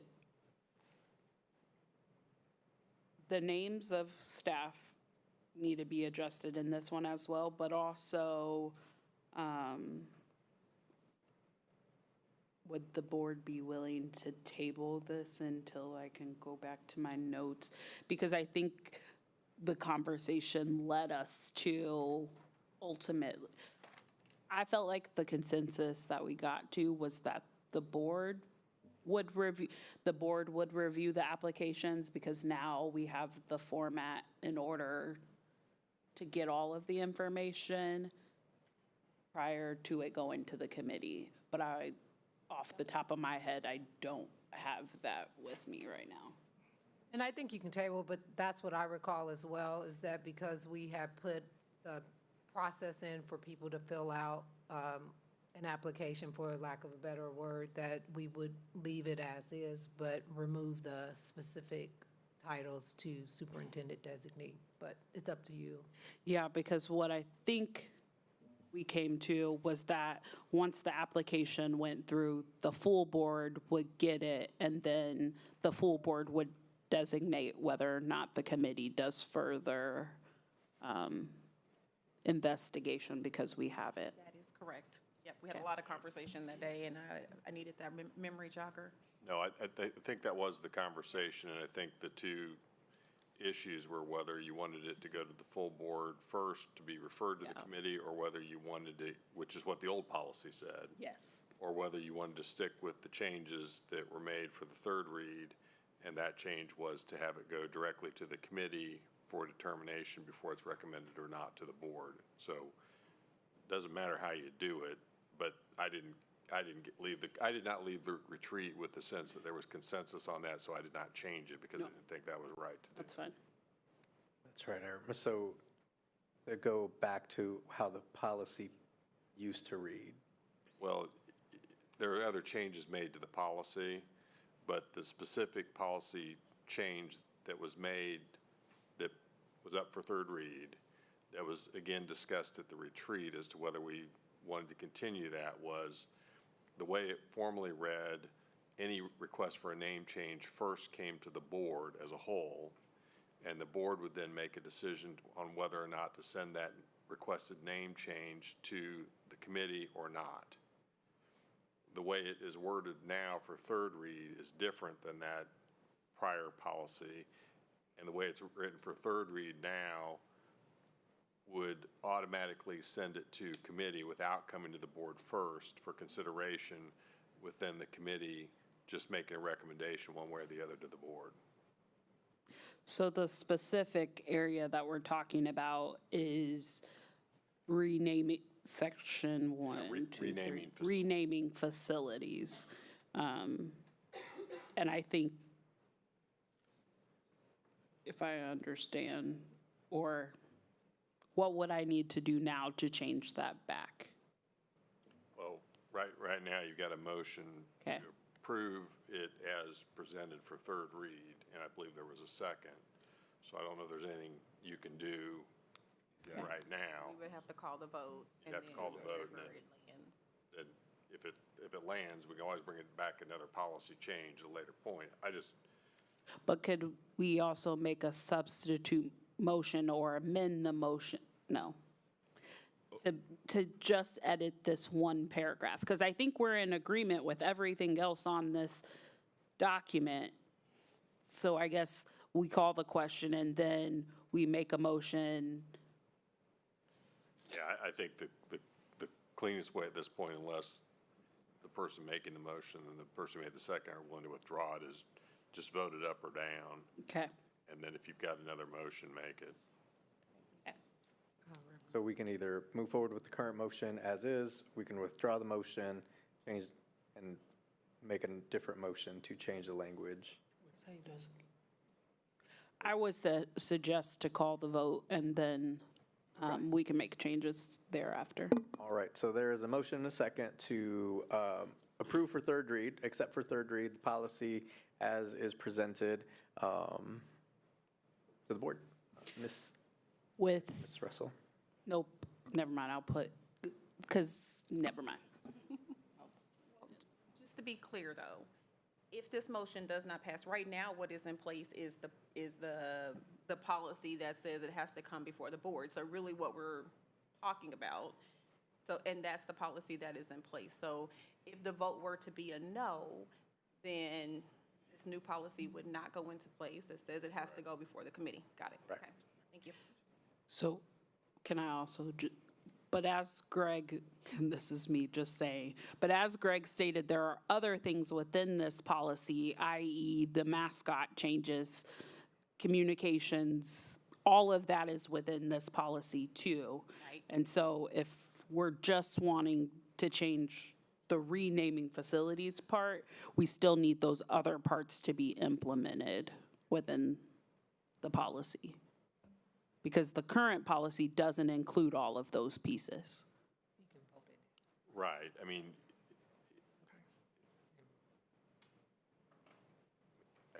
I think at this point, you just need to vote it up or down, and then, once you do that, if somebody wants to suggest another way to change the policy, if it fails, then you can take that motion up. Okay. So any additional questions? We'll go ahead and have Ms. Smith call a vote. Yolanda Clark, Yolanda Clark, no. Maxine Drew, Maxine Drew, no. Randy Lopez, Randy Lopez, no. Robert Mylan Jr., Allen Jr., no. Wanda Brownlee Page, Wanda Brownlee Page, I abstain. Rachel Russell, Rachel Russell, yes. Dr. Nguyen. Abstain. The motion does not pass. So is anybody wanting to make a motion to adopt this as modified, or you want to give me direction to go back and change language? What's the board's pleasure? We need to go back and change the language in Okay, so to align with our treaty. again, I just want some consensus to make Yep. sure I'm not making some change that the board doesn't want. But basically, what you're wanting, if I'm understanding, the consensus is on the renaming of the facilities portion of this policy, you would like that to first come to the board before it's referred to committee. Correct. That's my understanding. Correct. But I also think the elements of the form part remain. So you're still completing the form, you're still, okay. Just you want that, the completed form to come to the board to decide whether to send it to the committee or not. In my mind, the completed form still comes to the board clerk and the superintendent designee, who then added as a action item on the board agenda. That's how I foresee this. Yes, and I think that's how it's written in this, under renaming of facilities, that it would be sent to the district. Well, it says district COO and board clerk. So maybe, I think suggesting that removing the language on the particular titles to superintendent and designee, or designee and the clerk. I have full see faith what you're that saying. you can wordsmith this based off of that feedback. And then, Just want to make sure, the main issue is the board wants to receive the request before it goes to committee. That's what I'm understanding. Correct. And I understand the title changes. I'll get those, but I Yep, just want to make sure I understand the other one. Okay. You need a motion to do that, or will you come back with a? Okay, I'll come back with a suggested change on it. thank you. And that'll be for third read That is at correct. that time. That's correct. Thank you. Okay. All right, board policy GARID. This one is one that we made an amendment to last May. We inadvertently left out some language that needed to be in there. Specifically, the language is in red, and all it does is make sure that individuals who are called up for military duty or training are paid the difference between their military pay and regular base pay and salary. We've always done that as long as I've been here, I think. And we've continued to do that even though the policy says that's not what we're doing, because that's what you should be doing under the statute and the law. We just need to get this corrected. Do we need to go through 3 reads on this one, or can we approve this? This was a mistake. Okay. We just need to correct the mistake. So moved. A motion to approve policy GARID is and So moved. Second. moved and seconded. Any questions or discussion? Ms. Smith? Yolanda Clark, Yolanda Clark, yes. Maxine Drew, Maxine Drew, yes. Randy Lopez. Randy, yes. Robert Mylan Jr., Allen Jr., yes. Wanda Brownlee Page, Wanda Brownlee Page, I abstain. Rachel Russell, Rachel Russell, yes. Dr. Nguyen. Dr. Nguyen, yes. Motion carries, and thank you to all of those who serve in our armed services currently or previously. Next item, Mr. Goheen. So the next ones we have are the KSB policies with the changes made to those. On a couple of these, we had some questions that were asked at the last board meeting. We have some information on those. I want to make sure I'm pulling out the correct ones. CNA, DE, we had no suggested changes, so I think we could do those 2 for second read unless there are some issues with them that somebody has since the first read. And just for clarity for everyone, we did not review, we tabled these at the board retreat, so these items, policies were not discussed at the retreat. They have been previously discussed at the last board meeting. Just want to make sure everyone's on the same page here. So is there a motion to approve for second read policy CNA and policy DE? So moved. Second. Moved and seconded. Any questions or discussion on this item? Ms. Smith? Yolanda Clark, Yolanda Clark, yes. Maxine Drew, Maxine Drew, yes. Randy Lopez, Randy, yes. Robert Mylan Jr., Allen Jr., yes. Wanda Brownlee Page, Wanda Brownlee Page, yes. Rachel Russell, Rachel Russell, yes. Dr. Nguyen. Dr. Nguyen, yes. Thank you. Thank you. The next one we had was policy DFH, which was fundraising activities. I have not received any further feedback since the last board meeting. This one, there were some questions during the board meeting, but that's for the board to decide whether they want to move on and adopt this for second read or not. Any questions on policy DFH? And I believe we were going to have staff also review this policy just to make sure that it didn't conflict with, or to make sure that we had input from staff on this policy as well. Dr. Stubblefield, did we? I know the team looked at it. I'm looking at Ms. Walker. If you can come, I think it was, we've had some internal conversations, but I don't know if you've sent it to Greg yet. Good evening. Our teams did have a chance to look at it, finance, risk management, federal programs, and we did have a couple of changes. It took us from the last board meeting until this week to kind of everybody get their eyes on them. We did, I believe, send those, but it probably hasn't been received yet and a chance to review. I think it might have come either late last night or this morning, so. So I would suggest tabling this one.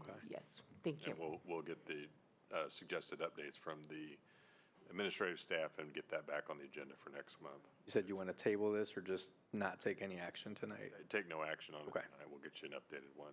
Thank you. DFAC was another one that federal compliance, and there were some questions asked for staff feedback on that. I sent an email out to the board yesterday with that feedback from staff. I believe, oh, I'm sorry, no, this was not the one with feedback from staff. This is the one that Dr. Wynn had requested that we change the word sufficiently in the section on accounting records. And I proposed language that says, taking out the word sufficiently or adequately, and what was the language I added? Mr. Goheen, what is that number again, the letters again? DFAC. The concern that was expressed at the last board meeting was that the word sufficiently was too vague in connection with the accounting records, and I have suggested changing that language to take out the word sufficiently and say in a manner consistent with federal requirements, because there are specific requirements for the federal accounting of those records. I think you took out the word adequately. Well, either way, the language that we would include in the policy for second read would be in a manner consistent with federal requirements instead of the vaguer word.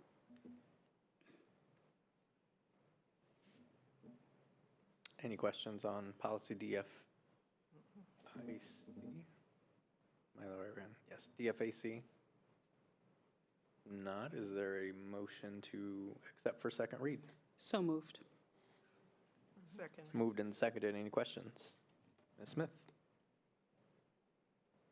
Yolanda Clark, Yolanda Clark, yes. Maxine Drew, Maxine Drew, yes. Randy Lopez. Randy, yes. Robert Marlin Jr., Marlin Jr., yes. Wanda Brownlee Page, Wanda Brownlee Page, yes. Rachel Russell, Rachel Russell, yes. Dr. Wynn. Twin, yes. Thank you. The next policy is board policy ICA, which is pilot projects. There was a question raised on this policy last time just about the last paragraph dealing with student services. I don't know that we've gotten feedback from student services on that yet because I'm not sure we understood. I thought there was language changes that were being proposed as opposed to need for feedback on that paragraph. So probably pull this one for tonight. The next one is ID ACA. I believe this one's ready for second read without any discussion, unless there are specific questions. Is there a motion to approve policy IDACA for second read? Motion, so moved. Second. Moved and seconded. Ms. Smith?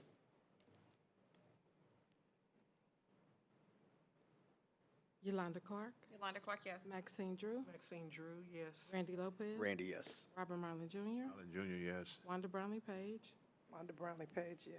Rachel Russell, Rachel Russell, yes. Dr. Wynn. Twin, yes. Thank you. Okay, last two. The last two are the ones that, these are policies JGFGBA and JGFGAA. These are the two policies dealing with either stocking emergency medication or allowing self-administration of certain medications within the school district. The board had asked for review by staff concerning these policies and for any feedback. Again, in the email I sent out yesterday, we got that information back from staff.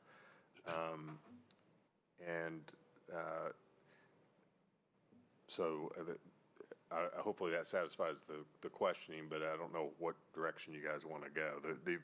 The two issues that came back from administration is the policy should be adopted as recommended by KSB.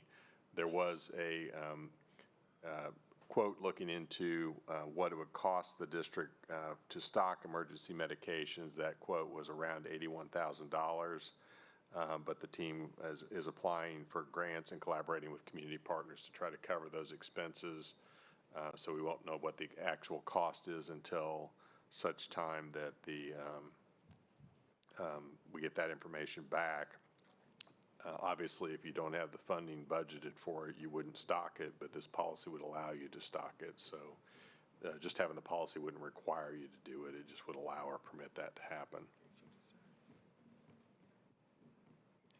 Can you repeat that one more time? Because I want to make sure So, that, because I fully support the GBA one, the self-administering, but my concern about the other one was, it's my understanding and interpretation from my question that I asked, is that 81,000 able to be self-sustained by the current budget? The answer was no. And so while we can apply for grants and things, I don't know that that would make that available now or in the near future. And so I guess the budget implications on the second policy kind of have me on a pause until I clearly, so why don't we move to approve the first one? okay. And then we can have a discussion on the second one. So I'll move to approve policy JGFGBA, student self-administration of medications. Correct. There's a motion Second. and a second.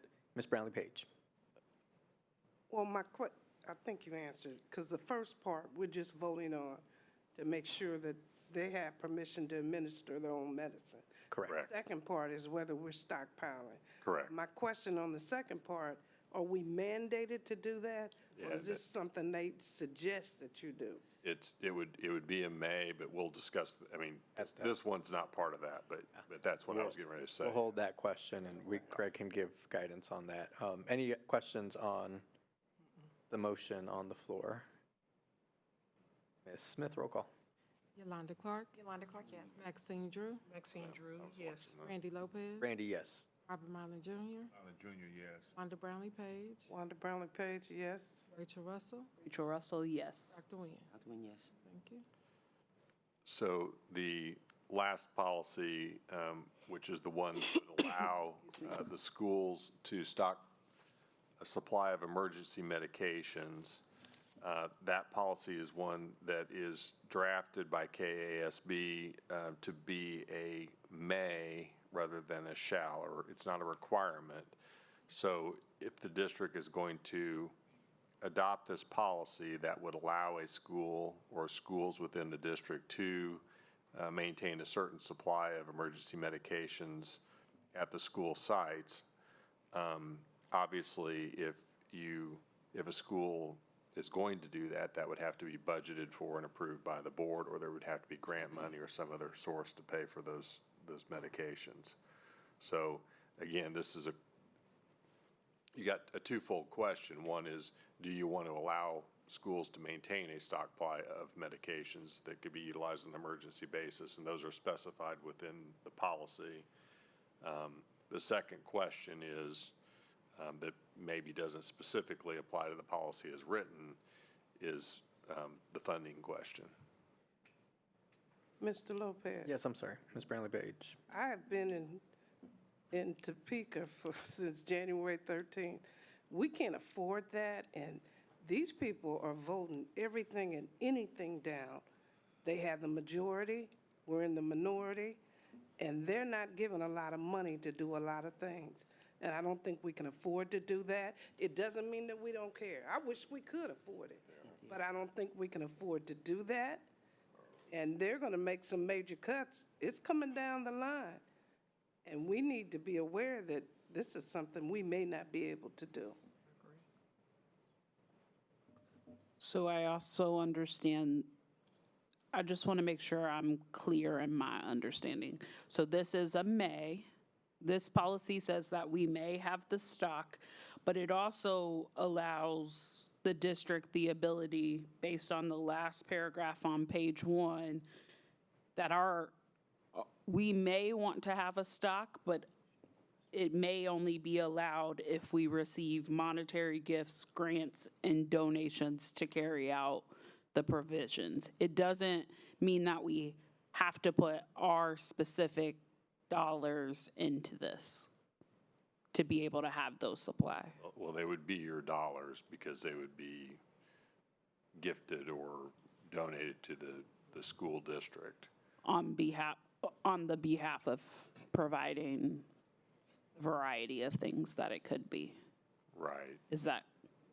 I mean, it says a school may accept monetary gifts, grants, donations to carry out the provisions of this section or may accept donations from the manufacturer or wholesaler of certain types of medications. I just want to make sure that this policy in an interpretation 15 years from now doesn't say that our district is required to have stock, and you're telling me no. It does not require you to have stock. The only pause that I would put on that is if you have a policy allowing it and you don't have it on stock, or maybe you only have it on stock in one building. So this is what led me to my other question and thought, which is more data-driven, is in incidents in buildings, and this is one of those things that is a year-by-year, case-by-case, depending on who you have, would it be helpful to have within this policy that, like, if I have a specific building that has a certain number of kids who need EpiPens, that then I have the stock of EpiPens, allergies? I'm trying to think of how, because everywhere doesn't need a stock of everything every minute, right? Or am I wrong? Well, I mean, this policy doesn't speak to You gotta be careful, it's a catch-22. how you, it doesn't speak to how you go about stocking. It just allows you to do it. So I guess my other question, sorry. Well, so I think the question I was originally thought you were asking and still might be relevant to the discussion is if you're going to say, well, we're going to allow it, and then you only have funding for certain buildings or for certain places where students Yes. are and not others, that could be problematic. Yeah. So I guess how did we arrive at the $81,000 in stock? What does that entail each building having? Maybe that's the question. Not to me, it's not. I mean, not to you, but maybe that's the like, I do understand. I was making light. I obviously got what do you were not saying. know how that $81,000 number was determined. okay. No, I would have to follow up with Ms. Bates, but I think they look at what's recommended per, like, the size of the building. So larger buildings may have more, but we can get that to you by the end of the week on how the dollar amount was arrived. Mr. Mylan. I'm glad Ms. Page shared what she said. And in line with what Rachel is saying, Ms. Russell, you know, how in May, I'm listening what's in here, and Greg made a good point, and it's in here. Any school may maintain stock supply of epinephrine, may consist, and all these other drugs. It's may, if it's possible. If it's not possible, it can be afforded. We cannot afford it. We just can't do it. Now, however we can get a supply or from donation or it comes down the pipeline, however it can. Some schools might require more than others. That is so very true. But this may is so very important because you might not be able to do it. You might not be able to afford it. The school, however the funding supply is, that's so very key. So I'm saying that the may is very instrumental and important here.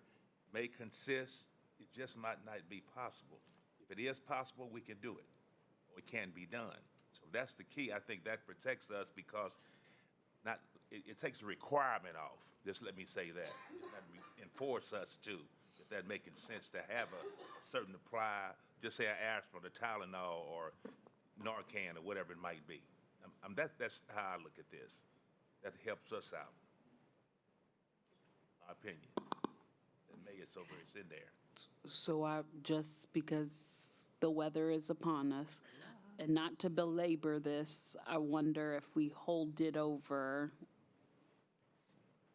and get the information around how we arrived at the 81,000 and come back and bring it back, if that would be the will of the board. Are folks agreeable to holding off, that we get more information? I can support that. What more information we're gonna need between the May and budget? I know that's right. I'm just saying, that's me. It's, you know, we can afford it, not afford it. We'll come back and say, in my opinion, how it's gonna be budgeted that we're gonna force schools just to keep this amount in these schools, and it's gonna negate the budget, or, My suggestion is this: if there's no objections to the language and you're just waiting for information on funding, go ahead and approve it for second read.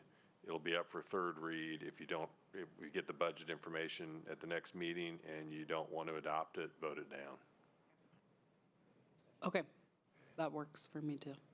I think my other concern is we're also in financial conversations, and so depending on how all of this plays out, I second and hear you, Greg, when you say having a policy that we're then not going to implement. That makes a lot of sense to me. And so if we're not saying that we're willing to put $81,000 into the nurse budget, then I don't think it makes sense to take this policy up. So I think there are multiple things depending on where the board falls by March 7th, but also all of the sentiments that were shared tonight. So I will make a motion to approve for second read JGFGAA. Second. It's been moved and seconded to accept for second read. Any further discussion or questions? Not. Ms. Smith, roll call, please. Yolanda Clark, Yolanda Clark, yes. Maxine Drew. Maxine Drew, yes. Randy Lopez. Randy, yes. Robert Marlin Jr., Allen Jr., yes. Wanda Brownlee Page. Wanda Brownlee Page, yes. Rachel Russell, Rachel Russell, yes. Dr. Nguyen. Dr. Nguyen, yes. Thank you. Motion carries. Thank you, board. Mr. Goheen, I think those are the end of policies. We will go on with our agenda to hear from our superintendent of schools, Dr. Anna Stubblefield. Okay, good evening. I just want to first, again, start off saying we want to take a moment to make sure that we recognize that this is Black History Month. This is a time for us to pause and celebrate the incredible contributions to many African Americans in this country who have impacted not only our community, but our country and the world. I really appreciate Slago's Choir being here this evening, and I encourage you, there are lots of celebrations happening in our schools and our community. If you want to take the time, you can learn a lot about our community and our students. Want to give a big shout out, goes to 3 of our students who took the top spots in this year's Wyandotte County Spelling Bee.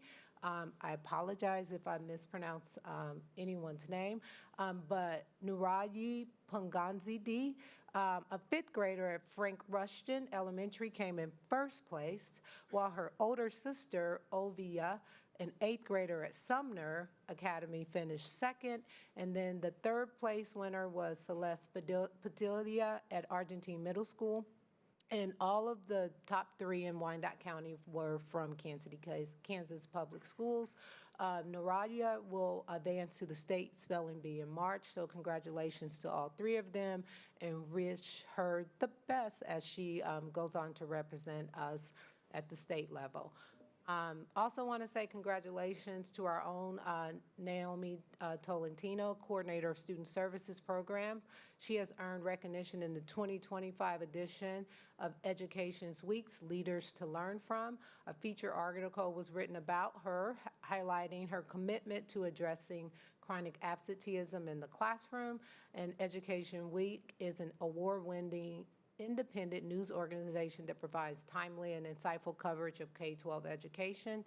So congratulations to Naomi, the team, and to you, board, for making that commitment. And while we recognize we have room to grow, the practices that we have in place have been recognized as us doing the right thing. So we'll continue to look forward to see the progress around that. Last week, the Carl B. Bruce girls basketball team got the opportunity to attend the Win for KC Women's Sports Award. During the event, the team got to hear from Indiana Fever guard Caitlin Clark as she spoke about the growth in women's sports and managing high-pressure moments in her career. It's also fitting that the girls basketball team at Carl B. Bruce Middle School was in attendance because last fall the team was undefeated. So they got to hear from a lot of other women in sports to encourage them to continue after their dreams as scholar athletes. Today, I did have the opportunity to tour the Urban Outfitters Central Solutions that's located here in Kansas City, Kansas. This was, and I got to attend with the Sumner students. This was sponsored by the Wyandotte Economic Development Team. They did come here and speak. If you get an invite to one of those, it is fascinating. Our students ask like lots of questions, and they learn about everything from here are jobs that you can do if you just graduate from high school to here are jobs with multiple degrees. Following that, they did go to Kansas City, Kansas Community College, where they learned about the FAME program. And if you see that handout floating around, 2 of our students are on the cover of it. Both of them are in the program, have not graduated. One is making $68,000 a year through her courses, and she's been placed at Panasonic, and the other is making $50,000 a year while they're still enrolled. So all of those students, as they go through each high school, they connect them and they talk about those opportunities. And I'm just grateful for that partnership and the Wyandotte Economic Development Team and our Diploma Plus team, making sure that we provide those opportunities to our students. And finally, if you did not receive the message, we are on Plan D tomorrow. So be safe, and hopefully we won't get snowed in for too many days. Thank you. Thank you, Dr. Stubblefield. I'll be brief. I want to echo what Dr. Stubblefield said.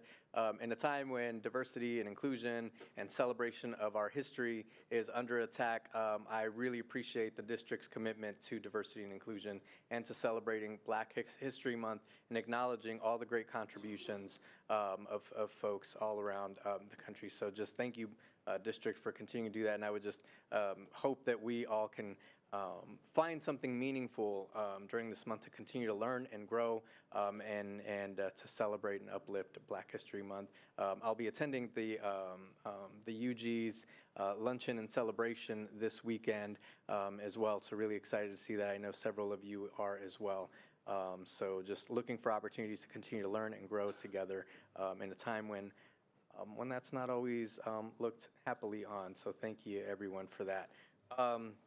And then, yeah, just stay safe, stay warm, and be safe in the snow. And with that, I will cede my time and open to the floor to any other board members. Ms. Drew. Okay. Just like to say that on Friday, KASB has a virtual Zoom meeting with Leah Filter, and they've been focusing on ways to support K-12 public schools. A major concern is the education budget has been slashed 20% for funding for the schools, and it's an issue that we will be addressing. I did have a meeting yesterday, attended the library advisory meeting at the public library, and I would like to formally announce that I have filed to be reelected for the KCKPS D500 School Board, and hopefully I will get elected in November. If anyone would like to make any donations, feel free. It's Education 2D Max with Midwest Regional Credit Union. But I am planning on being here for another 4 years, so thank you. Thank you, Ms. Drew. Ms. Russell. All right, I got my speech ready today, so bear with me. I thought I'd take a page out of Randy's book, so I apologize. I will try to make this as fast as I can in 5 minutes. So, happy Black History Month. In honor of those who came before us, I'd like to take a moment to share a quote I recently heard at a conference that resonated deeply with me. I have the audacity to believe that people's everywhere can have 3 meals a day for their bodies, education, and culture for their minds, and dignity, equality, and freedom for their spirits. Martin Luther King, Jr. I share this quote because it serves as a poignant reminder of the core values that drive this ongoing struggle for justice and equality. Dr. King's words still ring as true today as they did when he first spoke them. In a world where so many still face hunger, unequal access to education, and the denial of basic human dignity, His vision of a just society offers us a powerful blueprint for change, one where everyone, no matter their background, is afforded the same rights, opportunities, and respect. Dr. King's words challenge us to reimagine what true freedom and justice means. His vision goes beyond the absence of oppression. It's about ensuring that all individuals have the essentials needed to live fulfilling lives: food for the body, education and culture for the mind, and the dignity, equality, and freedom for the spirit that we all deserve. As we reflect on the rich history of Black leaders, thinkers, and everyday heroes who have fought for progress, it's important to recognize that Black History Month is not only a time for remembrance, but also a time for action. It urges us to reflect on how we've come and recognize the work that remains. The pursuit of justice, equality, and human dignity is ongoing, and each of us has a role to play in that. As we celebrate the legacy of Dr. King and all those who paved the way for progress, let us embrace the audacity to dream of a world where everyone can access those basic human rights: nourishment for the body, education for the mind, and dignity, equality, and freedom for the spirit. Earlier this month, on February 3rd, many of our neighbors and friends participated in a Day Without Immigrants to raise awareness about the vital contributions immigrants make to our communities. I stand in solidarity with those who chose to observe this day and express my support for the fair and just treatment of all people, regardless of their background. This day served as a powerful reminder of the indispensable roles that immigrants play in our daily lives, whether in our workplaces, schools, businesses, or homes. It underscored the importance of inclusivity, respect, and dignity for all members of society. We are stronger when we embrace diversity and ensure that everyone, no matter their origin, has the opportunity to thrive. Let us continue to honor and uplift all voices, acknowledge the sacrifices many have made to build a better life, and work towards a future where kindness, respect, and fairness are extended to all. In times of uncertainty, when external forces beyond our control stir confusion and chaos, we must not forget the power of kindness and compassion. In some moments, we have the ability to make a difference, even when the world around us feels overwhelming. When faced with challenges, we must lean on each other, extend love, and be a source of support for those in need. I promise I'm talking as fast as I can. Kindness doesn't always require grand gestures. Sometimes it's the small, everyday acts of humanity that bind us together, whether it's offering a listening ear, lending a helping hand, or simply showing empathy in a divided world. Love is a healing force that transcends differences, so even when we can't solve all the problems we face, we can still choose to be a positive presence in each other's lives. As we move forward through difficult times, let's remind ourselves that we're all in this together. Every moment of connection and every small act of love has the potential to ripple out and inspire others to do the same. By doing so, we build a stronger community and create an environment where hope and resilience can flourish. In closing, I too would like to acknowledge and extend my continued support and appreciation to our very own Naomi Tolentino, who was recently featured in Education Week as a leader to learn from. Naomi has been a passionate advocate for improving student attendance, particularly by tackling the issue of chronic absenteeism in our district. Her unwavering commitment to this cause is not only inspiring, but also crucial to the academic success of our students. We all understand how critical regular school attendance is for academic achievement, and Naomi's leadership has been vital in creating innovative strategies to reduce absenteeism and ensure that every student has the opportunity to succeed. Her efforts include targeted outreach to families, partnerships with community organizations, and proactive monitoring of attendance patterns. By identifying and addressing the root causes of absenteeism, whether related to transportation, health, or family challenges, Naomi and her team have worked tirelessly to remove barriers and provide the necessary support to help our students stay engaged and present in their education. Her work continues to have a lasting and positive impact, and we are incredibly grateful for her addition. I'd like to invite fellow board members and members of our community to an upcoming event hosted by the Voters' Right Network. Backpack Full of Cash, Vouchers, and You. This screening and panel discussion will take place on Saturday, March 1st from 11 to 2:30 at Carl B. Bruce Middle School in partnership with Health Forward Foundation, Game On for Schools, Surge, and others. This is a free event, but registration is encouraged. I hope to see many of you there. Thank you. Thank you, Ms. Russell. Additional comments? Ms. Brownlee Page?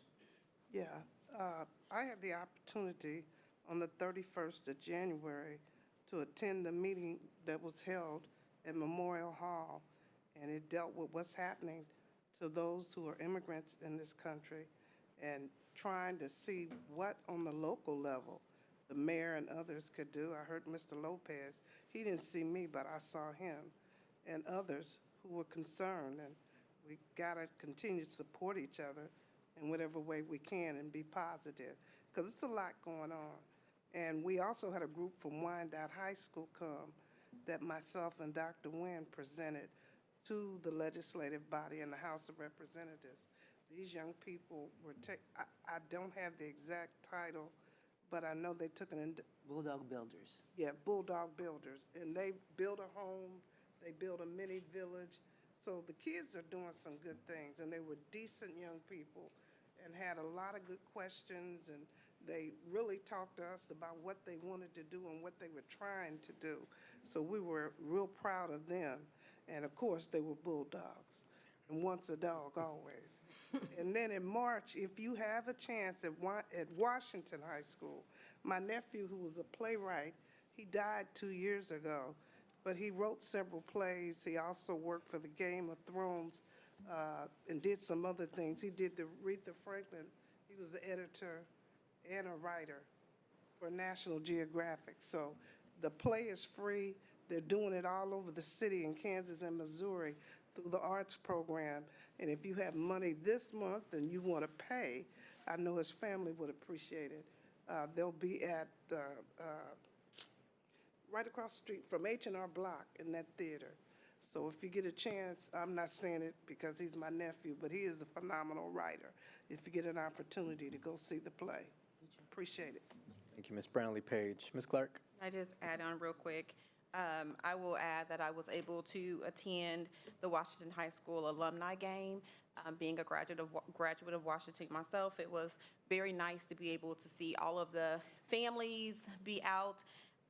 Also, we celebrated the inducting the 2025 Washington High School Hall of Fame class. So people were there back that graduated 1974, 1980, and the years go on. So really good time. My daughter is graduating from Washington this year, so she was excited to have her mom there with her.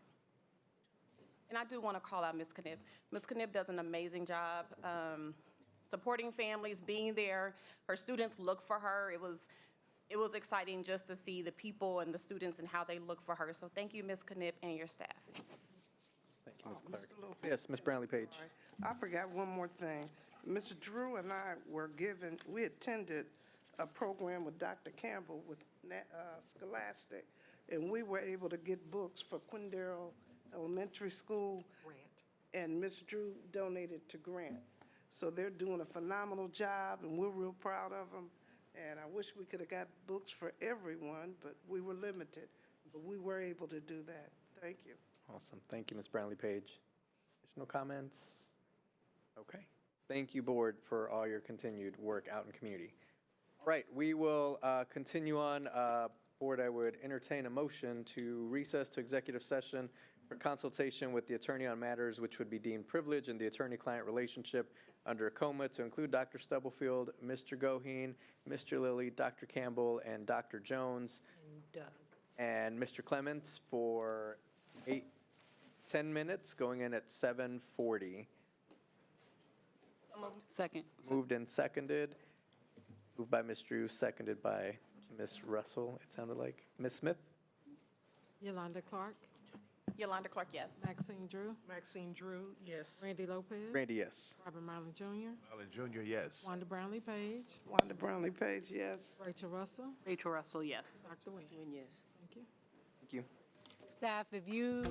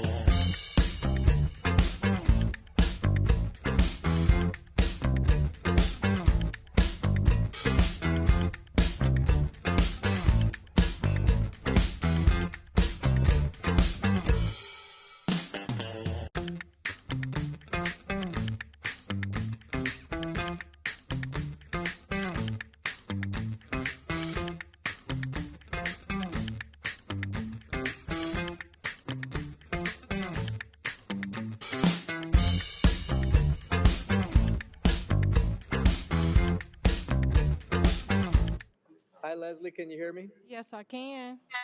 All right. Motion to return to open session, please. Moved by Ms. Russell, seconded by Mr. Mylan. Ms. Smith? Yolanda Clark. Maxine Drew. Randy Lopez. Randy, yes. Robert Mylan Jr. Wanda Brownlee Page. Rachel Russell. Dr. Nguyen. Okay. Is there a motion to recess to executive session to discuss matters of non-elected personnel in order to protect the privacy interests of parties involved in Tacoma, to include Dr. Stubblefield and Mr. Goheen for 7 minutes, going in at 7:53? Moved and seconded. Ms. Smith? I didn't hear who moved. I'm sorry, Ms. Russell moved and Ms. Clark seconded. Okay, thank you. Yolanda Clark. Maxine Drew. Randy Lopez. Randy, yes. Robert Mylan Jr. Wanda Brownlee Page. Rachel Russell. Dr. Nguyen. Thank you. Thank you.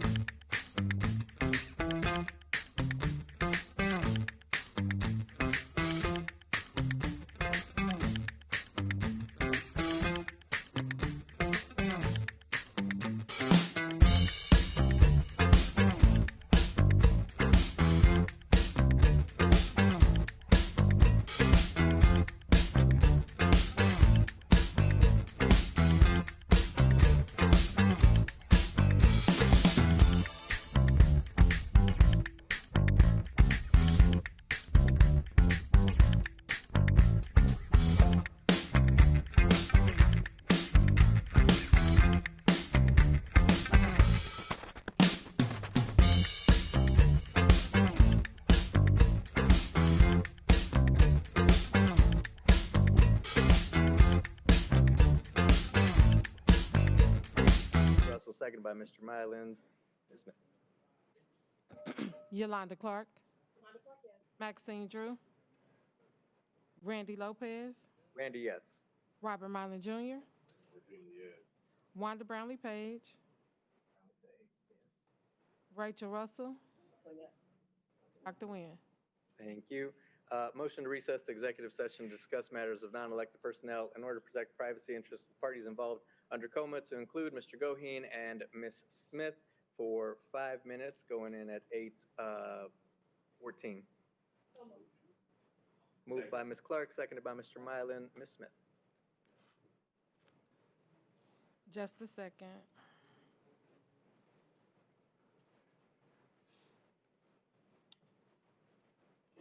Yolanda Clark. Maxine Drew. Randy Lopez. Randy, yes. Robert Mylan Jr. Wanda Brownlee Page. Rachel Russell. Rachel Russell, yes. Dr. Nguyen. Thank you.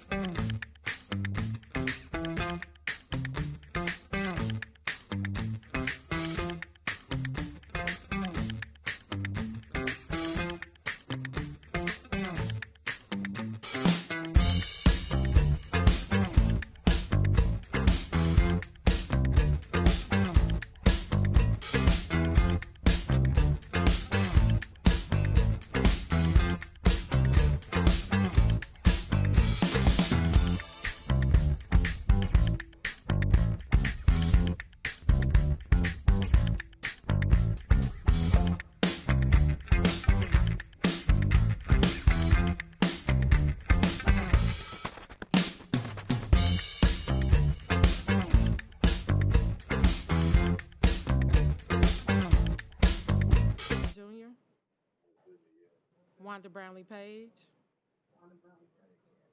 Rachel Russell. Rachel Russell, yes. Dr. Nguyen. All right, thank you, board. Everybody stay safe, be warm. This meeting is adjourned. Thanks.